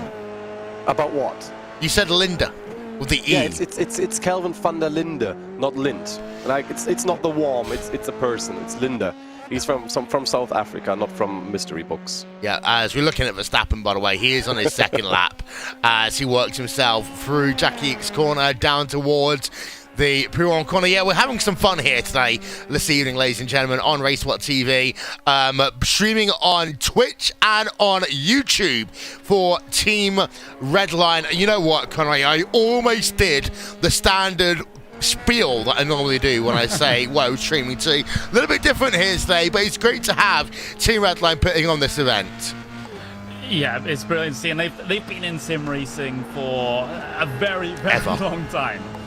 Shall we say? All the support staff in the background as well, with Dominic Duhan, who's been around for basically forever. I'm sure you won't mind me saying that. Basically, I'm bordering on calling him old at this point. But back to the racing. Max Verstappen heading his way through Blanchimont at the moment. And, he's coming towards the end of his second lap. He's currently second place here in qualifying. Does he have the speed to beat the 2:12.437 that Linda set? Max Verstappen heads his way across the line. And of course, he beats that lap time with a 2:12.1. And is there going to be anyone that's able to do anything about that? I'm just having a little bit of a look through to see if there's anyone on course to go faster. Not at the moment, but Norris joins him on the front row. It's an F1 front row. I was about to hit the button to go over to look at Norris, and he jumped up to second place before I had the opportunity to do so. There is Philip Eng, and he has done his qualifying time. A few drivers, and actually is an interesting one. Lorenzo Colombo, of course, second place in race number 1, just sets a qualifying there, Toby, to go up to P4. Yeah, but if you look at these times, they're even closer than before. You see the top 12 at the moment is 0.5 seconds. Yeah, I mean, that is so close. It feels closer than before, though. As we've got Max van Splunten, who's still on track. Job van Uret on track as well. Actually, he's just heading himself there out of Stavolo 2, now down towards Blanchimont right now. LMP2 race winner in 2019, of course. He has experience around this racetrack before, Connery. No time set by him yet, but he's heading into the bus stop. Yeah, eat it into the final couple of corners then. Pretty clean line through here. Get that power down as early as you dare, as sometimes these cars can be a bit sketchy at the rear end. Across the start-finish line he goes. And Eat It does not improve position, so that second lap was not valid either. So the 27 will now have to start at the very back of the grid here. We still have just about a minute and a half left here in qualifying. Lorenzo Colombo is still out there, but he's done all of his laps that he's able to do in his qualifying session, so he's still out there just logging laps just for fun at this point in time. But yeah, that gap at the very front wheel, it's less than a tenth of a second between Verstappen and Norris. Again, can't quite see it on the graphic, but you'll have to take my word. It's very, very close. It is 78 one-thousandths of a second. If they were to set identical lap times, I'd start making the jokes that they are literally robots. I love the chrome effect, by the way, on Colombo's car. That all chrome effect, and I'm an EV geek, and I saw a great question the other day about why planes are all painted white, and part of it is actually about heat transfer, which is the reasons why we don't normally see chrome cars. Of course, McLaren was one of the last ones to have a chrome car, Toby, but I do love the chrome effect there on that number 41 car. I mean, you remember back in the old times when Mercedes used to scrape their cars off of color just to get a little bit less weight and a little bit less of the heat transfer. By the way, a quick shout out I wanna leave here before we start into the race is towards Tim Gamer, who I had a little bit of a conversation before and during that race, who sadly misses out of sim racing at the moment. He should probably get a computer and iRacing account, in my opinion. Yeah, we want to say a shout out to the 13,000 people plus watching on YouTube, as well as those watching on Twitch TV as well. Qualifying is over. Let's go to your starting grid for race number 2. And the grid is as follows. If we just allow that to happen, there we are. Grid up on your screen right now. Row number 1, Max Verstappen and Lando Norris, 2 Formula 1 drivers. Kelvin van der Linde in 3rd place and Lorenzo Colombo in P number 4. Leiten Voort in P number 5 with Tom Dillman in P number 6. Philip Eng, Einchen Guven, Nicky Katzberg and Richard Rishaw round out your top 10. We've got to run through that starting grid because we haven't got much time for the green flag here. But Toby, final thoughts before we go green. Yeah, Marco Bortolotti is in there. We have Luis Delatras, Richard Westbrook, of course, on P28 at the moment. Niels Langveld just made it to P32. And I saw Gianni Vecchio in there as well, and Rene Rast on P40. So seeing that Gianni Vecchio now found the way in there in this race, a great sim racer from Team Redline, of course. I wonder how well he drives, but Jimmy Broadbent made it on P25 this time, so maybe a better start for him this time around? Yep, and Connery, final thoughts. Well, we saw an absolutely fantastic race in race 1. Same looks to be on the cards for race number 2, but with Lando Norris, he has a better qualifying position in this race. He shares the front row with Max, and that is going to be an interesting prospect. Are you ready for some fireworks? We're going to see that over the course of this race, almost certainly here on Racebot TV and Team Redline Speed on Twitch and on YouTube.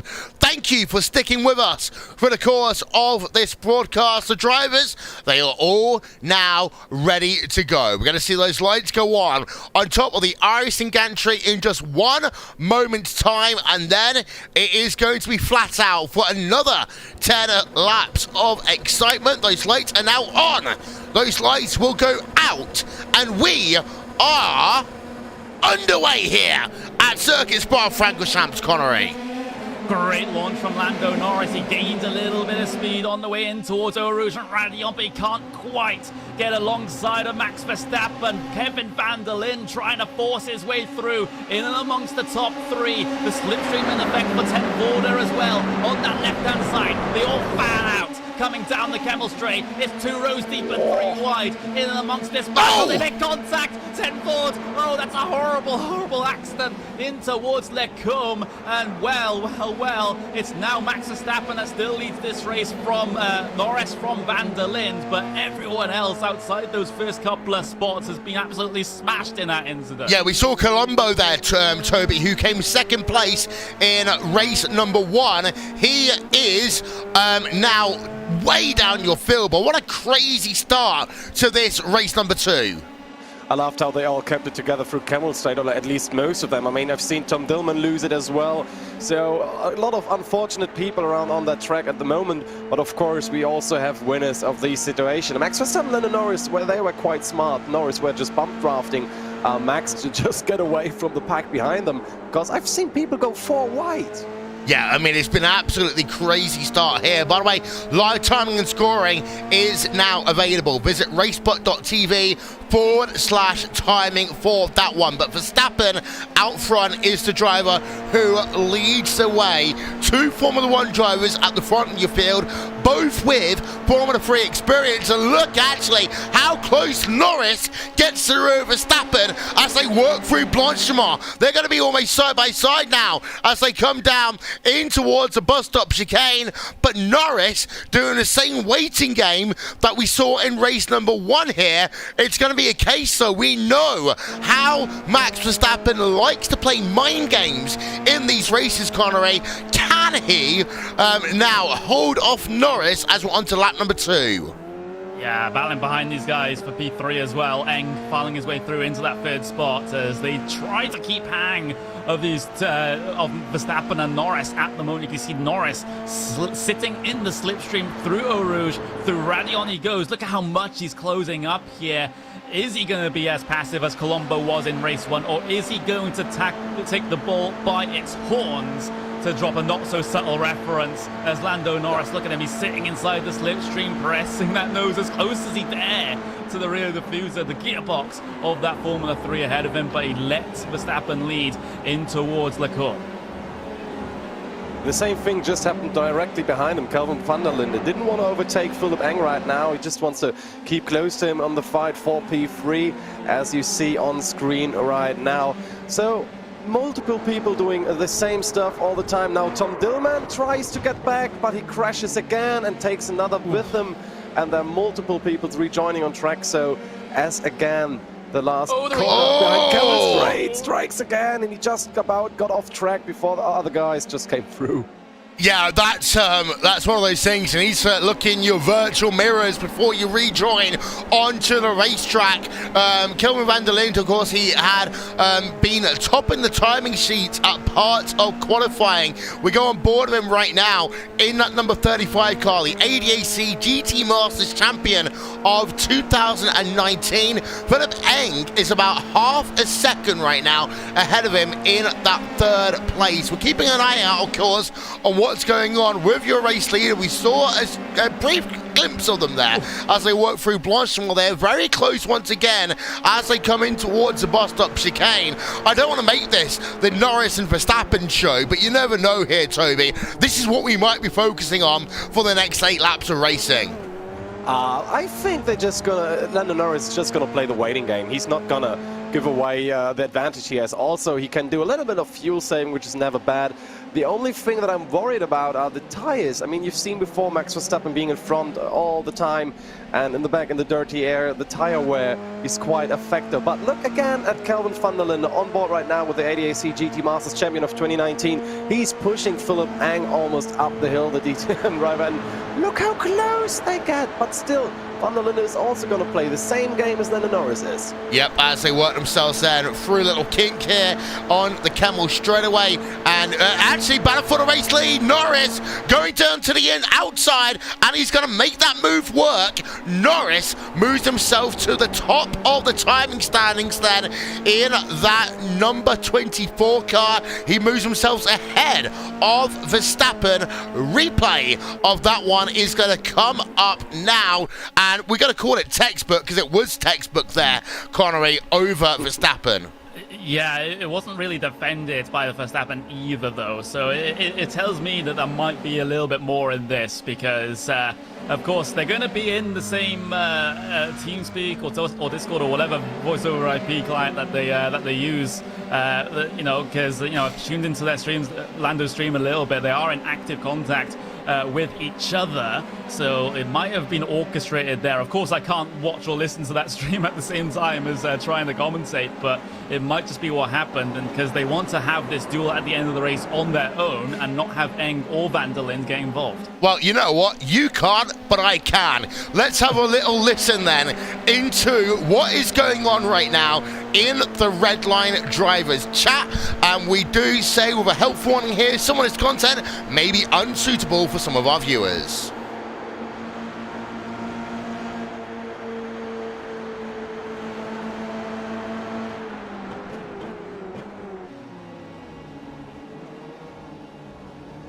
Well, you're not going to like this one, Toby. Silence. Deadly silence there. So that was anticlimactic, shall we say, to say the very least. But that battle is still going on for your race leaders. Battle's still going on all the way through your field as well. This one going on for P number 12 on track. Neil Verhagen in the number 34 car. He's got himself Jesse Kroon just ahead of him in the number 16.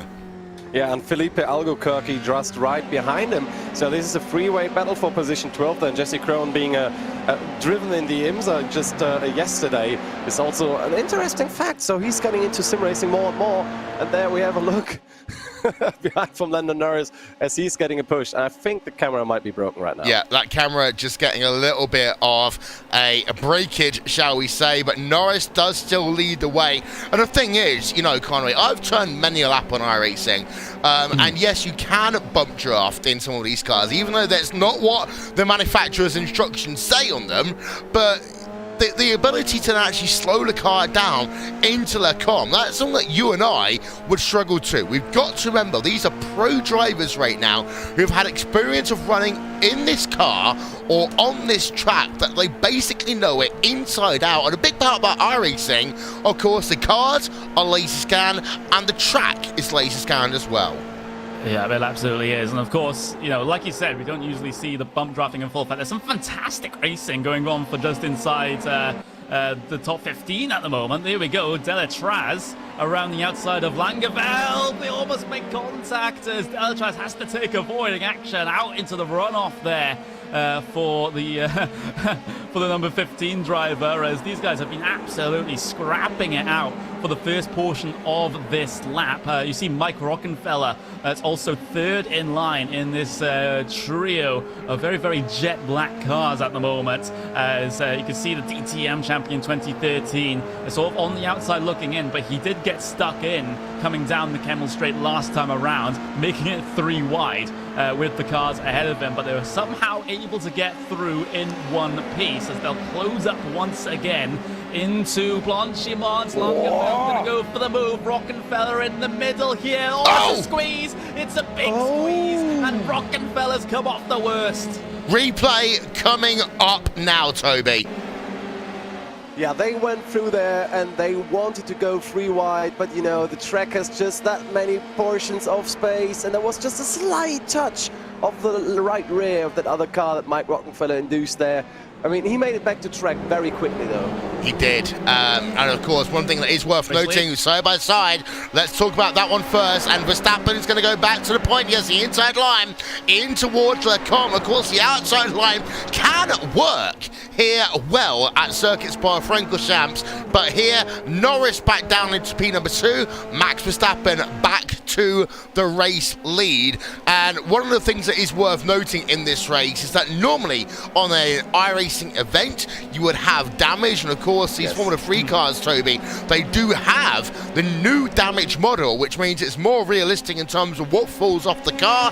It was decided, however, for this event, because there's some people who are new to iRacing, they decided to turn the damage off. Yeah, I mean, the Formula 3 cars with the new damage model, they literally disintegrate apart from the monocoque. You can lose everything, tires, spoilers, and everything. And I think it's a great thing to actually have the damage model off here, so as you said, the new guys have a little bit more of a chance. And also we have, of course, race control who can enforce penalties, let's say. Yeah, they can do, and I know that actually Kurkov has done some tremendous work, as well as the rest of the Team Redline crew, in getting this event going. So I would like to say a big shout out to Atsi in particular for all the hard work he's put in, but the entire Team Redline crew as well, to enable you with us to provide this coverage here today. We're looking on board, by the way, with Max van Splunteren in the number 42 car. That is Job van Ulwit just ahead of him on track. This is about going on for P number 10 on track now, Connery, as they work just very close together in towards the bus stop chicane, and the LMP2 race winner of 2019 in the number 27 car having to play a little bit of defense. Yeah, he is, and might have to in towards La Source. Van Splunteren goes very deep on the brakes into there, but not able to do anything. Instead, you probably have to wait for your better bet at a pass coming through the slipstream on the way in towards Eau Rouge Radion. Get it done then after Eau Rouge and Radion down the Kemmel Straight. You can see Van Splunteren really harassing the back, but meanwhile back towards your race lead, because Norris and Verstappen are going at it again, just swapping positions. And part of me thinks that this is these guys just slingshotting off each other to try and get away from the rest of the pack. If they are doing that, then they're being successful, because Van der Linde now is around about 1.3 seconds back on P number 2. Norris locking up that inside front tyre coming through Ravage. That's not going to help, and drops back a little bit off the back of Max. But back to that number 27 car, that's Van Uitert trying to battle with Splunter, and then out of Ravage they go. And, well, Van Splunter has the position into Jackie X corner, but Van Uitert carries so much more speed coming through there. He's able to get at least a quarter of a car length down the inside, coming through Pouon, and he basically just bullied Van Splunter out of the way. Yeah, there's a replay coming up on board right now with that number 27 car. Gets a great run out of the Jackie X corner, down in towards Pouon. Makes that one almost look easy, and actually we're going to talk quickly here, Toby. There's some people saying that this looks easy. Yeah, it might look easy, but actually, you know, it's a lot harder than you think. These are pro drivers, so racing is their acumen. But for a lot of new drivers to iRacing, yes, these Formula 3 cars are forgiving, but even in a 10-lap race, you can overheat those tyres, you can lose a lot of grip, as we go on board right now with the number 34 car into the grass at Blanchimont. But there's, you know, this is not an easy car to drive. How did he save that one? He's a pro driver. That's probably your easy answer. There's your easy answer. I mean, he's a Formula Ford USA champion from 2016, so yeah, he probably knows how to handle open wheelers. Yeah, as... Oh, he's into the wall there. Jinxed it. Yeah, curse of the commentators. It happens in sim racing as well. The number 34 car losing positions as a consequence of that one. Side by side again, battle for the race lead as they go out front. And it is Lando Norris who now has the race lead. And Verstappen's looking to go past again. This is like two friends sharing a piece of cookie dough. I'm not going to lie about it, Toby. These are two friends having fun right now. It's kind of staged, it's there for the viewer's benefit, but these two guys, they're just out there having fun, and it's great to see. Honestly, you know, it's like those two friends doing bad stuff outside, you know, doing all these jokes to other people, like, you know, ringing the doorbell and then running away, until the point where they mess up. And I'm really scared that they, you know, overdo it at one point and then just go off after Kemmel straight on, or do the Montoya. I do actually also think as well, Connery, now what we need to do is actually get both Max Verstappen and Lando Norris a piece of cookie dough and get them to do a podcast on Twitch. It will be amazing. Yeah, that would be absolutely brilliant. We can even do it after this race. They are here in the TeamSpeak, yeah. So yeah, I mean that is an option. As you see Norris and Verstappen continuing on their way. I'm just saying though, Van der Linde has closed up a little bit over the last couple of laps. So if Verstappen and Norris aren't too careful here, then they might have a third party involved on their fun right now, as Verstappen just presses well, at least tries to press the nose into the back of Lando Norris, really sort of abusing the fact that these guys have no damage, because if the damage was on there, Will, that'll be Verstappen riding up over the back of Norris, just like Mark Webber did in Valencia with a Caterham. I can't remember who exactly it was. Yeah, and of course, we have seen some big crashes at Circuit Spa-Francorchamps over the years. The one that always sticks out to me was Thomas Enya in the Prost down at Blanchimont down in 2001 with one of the Jaguars. And, you know, this track, you know, seriously, it is dangerous. Of course, they've paved over the gravel track down at Eau Rouge and Radion. 2 BARs in 1999, Toby, had huge crashes. I believe it was Pedro Diniz as well as Jacques Villeneuve crashing their BARs in 1999.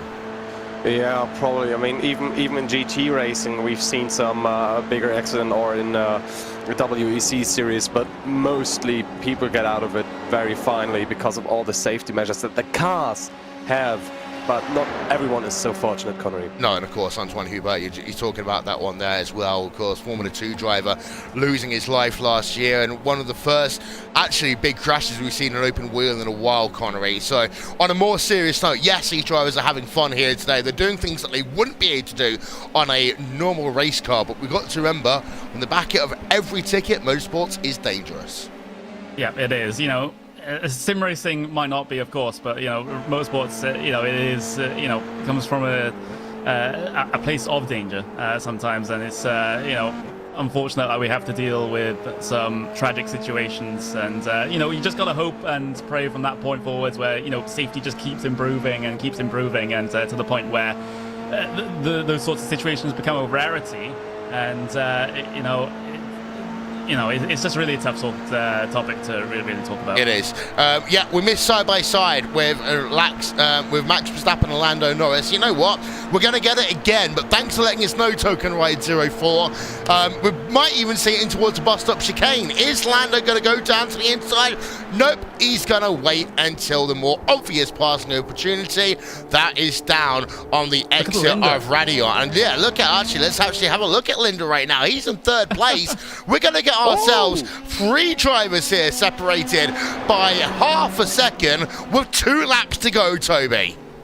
Yeah, and Kelvin van der Linde did the waiting game as well, because as long as those two are having fun and battling, he creeped up on them lap per lap.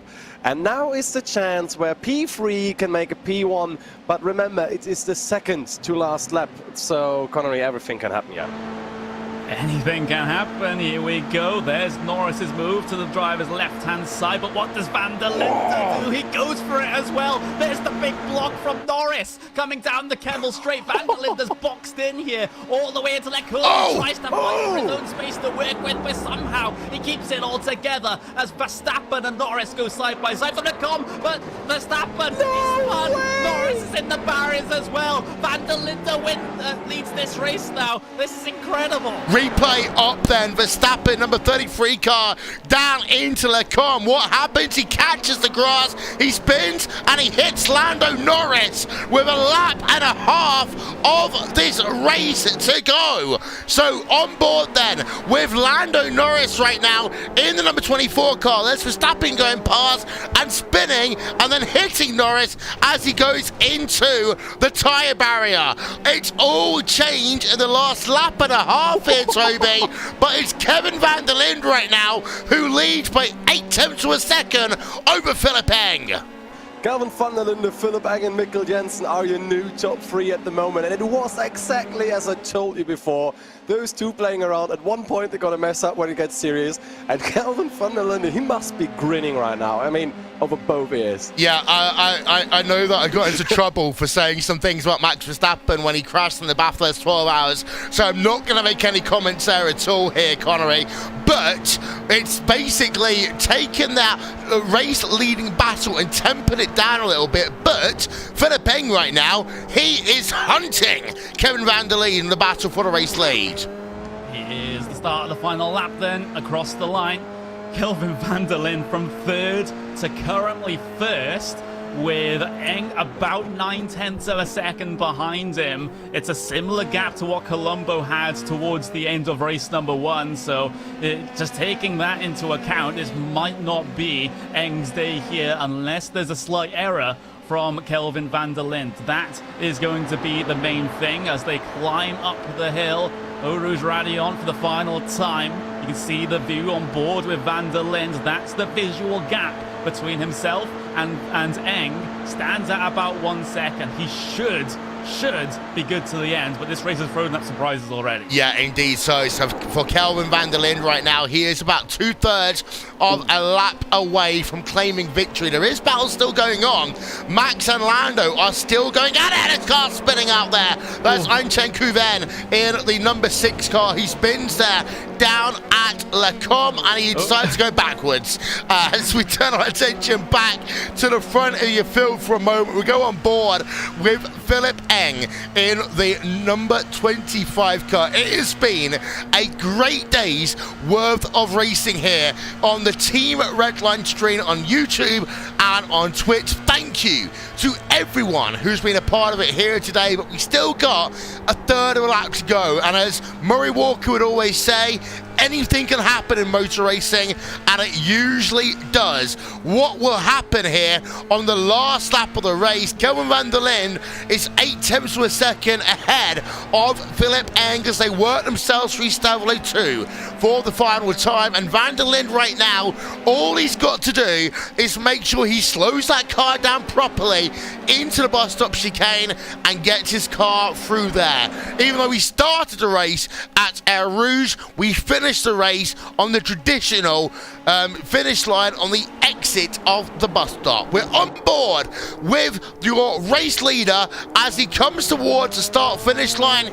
Kevin van der Linde, the 2019 ADAC GT Masters champion, wins race number 2 here at Circuit Spa-Francorchamps. Philip Eng comes home in second place, but there's been some chicanery going on behind right now as we're going to show the replay of what happened into the final corner between Max Verstappen, Lando Norris et al. As they come in towards the final corner. And well, Lando's saying, thanks guys, I'll get you some cookie dough after the race there, Toby. Yeah, they were a bit, well, let's say more aggressive at the end, maybe a little bit frustrated about what happened before. But you know what they probably were most? Laughing about the whole thing. I guess Lando and Max just couldn't stop laughing when that one happened. And probably one of them said, told you so. Yeah, we haven't done a Jimmy B update, by the way. He started 25th. He finishes P number 23 in this race here today, Connery.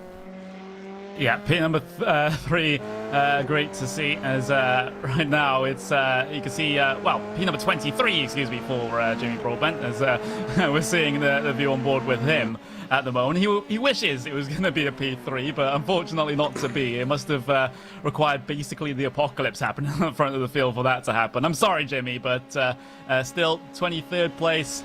Trying to keep himself out of trouble. Of course, you know, he was caught up in incidents earlier on in both races, but had the staying power to keep out there, keep at it, and still gets a decent result at the end of things, considering the situation. Yeah. I gotta admit, though, the title he had in mind was perfectly. I just quote here: "Sim racer is continuously bullied by pro drivers." Yeah. I'll give him that one. Jimmy coming home 23rd place here today. Let's give you then a run through your final race results from Real Racers Never Quit by Team Redline, race number 2 here from Spa. And we have a look from the front of your field, and after a chaotic last couple of laps, it is Kelvin van der Linde, the ADAC GT Masters champion 2019, who claims victory by 1.1 over Philip Eng, who is a Porsche Super Cup champion. Mikkel Jensen in third place. Max Verstappen, well, he finishes fourth, but that only tells part of the story. He was involved in a battle for the race lead on the last couple of laps with Lando Norris. That one all went a little bit crazy down in towards Le Combe. Of course, then we saw what happened on the last lap of the race as well, down at the bus stop chicane. Antonio Felix Decosta comes home in P number 5 with Bruno Spengler in P6. Job van Uret in P number 7 with Max van Splunteren in P number 8. Jesse Krohn in 9th place, and Anchen Couven rounds out your top 10. Connery, P11 through 20, floor's yours. Well, Philippe Albuquerque will finish in P number 11 with Neil Verhagen in P12, Louis Deltraz in P13, Daniel Lucandela in P14, Luca Giotto in 15th place after starting 42nd. That's a massive amount of positions gained. Niels Langeveld in P16, Lorenzo Colombo, well, had a good qualifying, but unfortunately wasn't able to capitalize on it. He finishes in 17th place. Estran Muth in 18th, Mike Rockenfeller in 19th, and Bent Viscal rounds out the top 20. Toby. P21 then is placed by Nicky Katzberg, and Richard Westbrook makes out P22. Yeah, a sad Jimmy Broadbent without too much Pantorino then in place 23, followed by Lando Norris only in 24. What happened there? Daniel Mora then in 25th, Jose Maria Lopez 26th, Felipe Benazir 27th, the twice DTM champion Rene Rast then on 28th, Christopher Mies in 29, and Richard Vachon in 30th. Remainder of those results now coming up on your screen.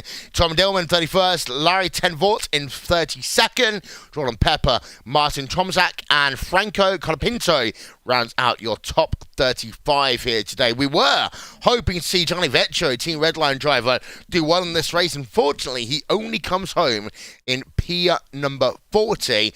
And there is a look then at the remainder of your results up on screen. And well, Connery, that's been fun.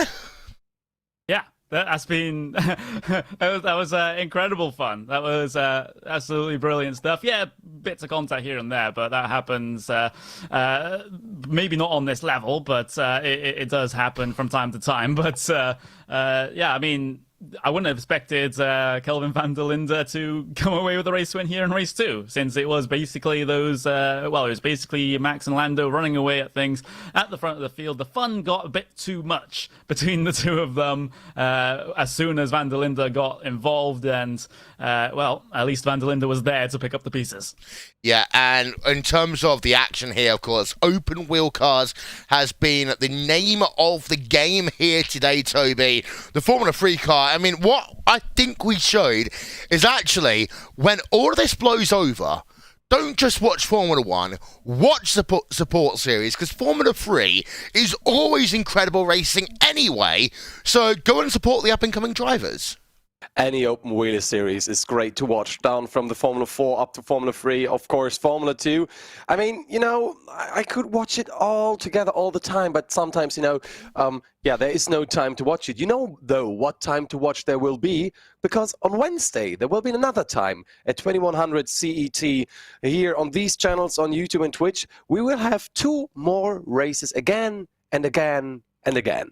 Yep, and it's going to be a case of changing from Formula 3 cars and open wheelers to going over to GTE. And Connery, I know that you say that you really want to go to Spa-Francorchamps. I'd tell you one thing. GTE cars at Spa, they're loud, they're noisy, they're fun. Yeah, they absolutely are. But I think since we've had Spa twice in a row already, that they're probably not going to go to Spa. You never know. For the race on Wednesday, but you know, I've been wrong before. Probably not about this, though. I'll have to say that. I wouldn't be surprised if we see something like a Suzuka or a Silverstone or something like that. Lime Rock Park. Yes, let's just get that out of the way, because that'll bring some great entertainment, I'm sure. Actually, Scuba Circuit is one that I'd love to see. A, because of the fact that you can actually see the entire racetrack from one camera angle, Toby, but also it's one of those tracks that we all know from other racing games and Sims over the years. It's one that everyone's experienced. But yeah, the Nürburgring will be interesting as well. I really hope I don't have to do 10 laps of commentating in the Nordschleife, because you're not going to be joining us. And without you, how am I going to survive it? I mean, I'm commentating on the Nordschleife, just not for you guys. Yeah. But we'll find out. Anything can happen. We are very quickly. I'm going to hit a magical button here, and hopefully I'm going to get the chance to talk to some of the drivers from Team Redline, and let's see if I can do that. Hi, guys. You're live. Oh, hello. Hello. Hello. Yeah, that came out of nowhere there, but we've got Gianni Vecchio, Lando Norris, who is here, Max Verstappen as well, and Lando, I do apologise if I've just destroyed some eardrums on your stream, but I'm going to start talking to you first. Okay. 2 fun races. I mean, yes. The race 1 didn't go quite to plan. There was a little bit of contact here and there. And I don't want to say any of it. Yeah, none of it was my fault. I'm putting it like that. But it was good fun, especially race 2. Like racing with Max. Obviously, it would have been nice for it to continue a couple more laps. But no, it was fun, and I can't wait to do the next one. Max, you won race number 1 here today. You were trying to do the double. It didn't work out for you. But what we learned in race number 1 is that you really did play a couple of mind games leading that race, putting people into a kind of false sense of security. Race number 2, it seemed to be you're having a bit more fun. Yeah, well, I mean, race 1... He was under pressure in race 2, actually. that's coming into play. Race 1, he had it under control the whole time. He's like, yeah, I got this guy. But then when he sees my bright yellow lid in his mirrors, he got a bit scared. I didn't see a yellow lid. It was too far away. No, but it wasn't when you crashed. Race 2 was of course. I mean, Kelvin was also catching, but we of course kept fighting a little bit. But it was good fun. Just a shame that I clipped the grass. There's no grip anymore on the grass on iRacing. So yeah, that was a shame. But it was good racing. I think anyway, driving F3 cars is always a lot of fun, and it was very competitive. Johnny, P number 40, not what you're expecting here today. Give us some stern words of advice moving forwards. Yeah, next time don't sign up as a driver when you're supposed to be as a spectator.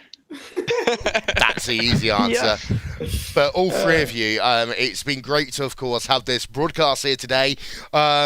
Next time out on Wednesday, it's going to be GTE. How is that going to be different to what we saw in Formula 3 here today? Lando, you want to answer that?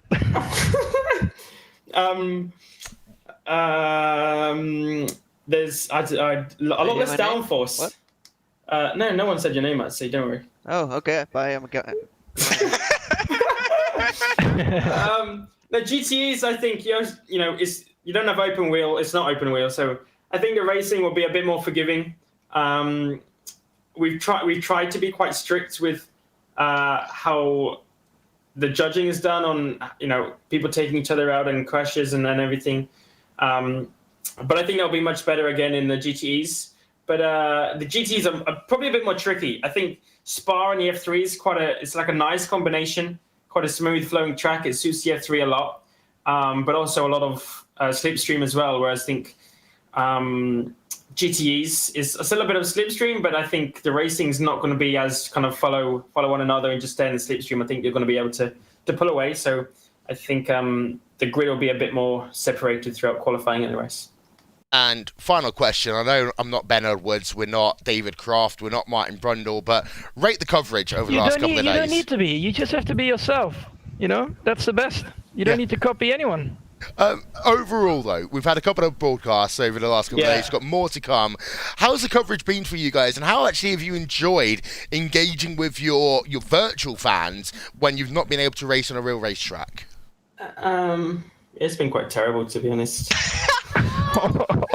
That's going to get clipped by I'm joking, someone. Will, I'm joking. No, first of all, I want to say thanks to you guys in RaceSpot for doing this. It's getting bigger and bigger, all of the esports stuff, and especially iRacing. I've never seen the iRacing online number as high as I have in the last week or so. So it's going up, which is nice, and a lot of that is thanks to you and everyone who's streaming on Twitch and YouTube and everything to just try and expand on it, and that's why we're getting such good coverage in all of the esports and especially on iRacing. Well, thank you, everyone. I know it's been a fun broadcast. We're going to see you all again on Wednesday. Landon Norris, Gianni Vecchio, and Max Verstappen. Before we say goodbye to you, can we also say a big thank you to Atsi as well for putting all the hard work in? Atsi, where are you? I'm back. Oh, hello. This time Atsi, I got my name right, huh? You did. Yep. Yeah. Yeah, we want to say a big thanks, Atsi, for sorting out and being such a, well, I want to say a bad steward, because that's a good thing. Yeah, my stewarding skills I will show them tomorrow when I DQ everyone who messed up. But thank you guys for joining. It was such a fun race to watch. Wow. So and thank you for RacePod for organizing the broadcast so well as always. Good job. We'll see you all on Wednesday, guys. As at that point, I do some virtual magic, and Toby and Connery are back in the room. Those guys, I mean... It looks like Max Verstappen doesn't like your broadcast then, right? I know, right? I clipped it. Virtual cookie dough to all of those drivers there, Toby. Yeah, I mean, virtual cookie dough to everyone. It was great fun watching these drivers having even more fun on track, even though I saw someone getting kicked from the server at some point. Yeah.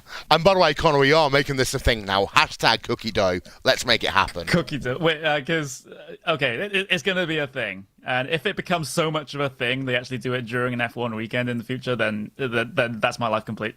Yeah, that is all we got time for here today, ladies and gentlemen. Thank you so much to everyone who's been a part of our coverage on this Team Redline special event, Real Races Never Quit by Team Redline. From RaceBot TV, I'm Will Vincent, Connie Maddock and Tobias Brockman.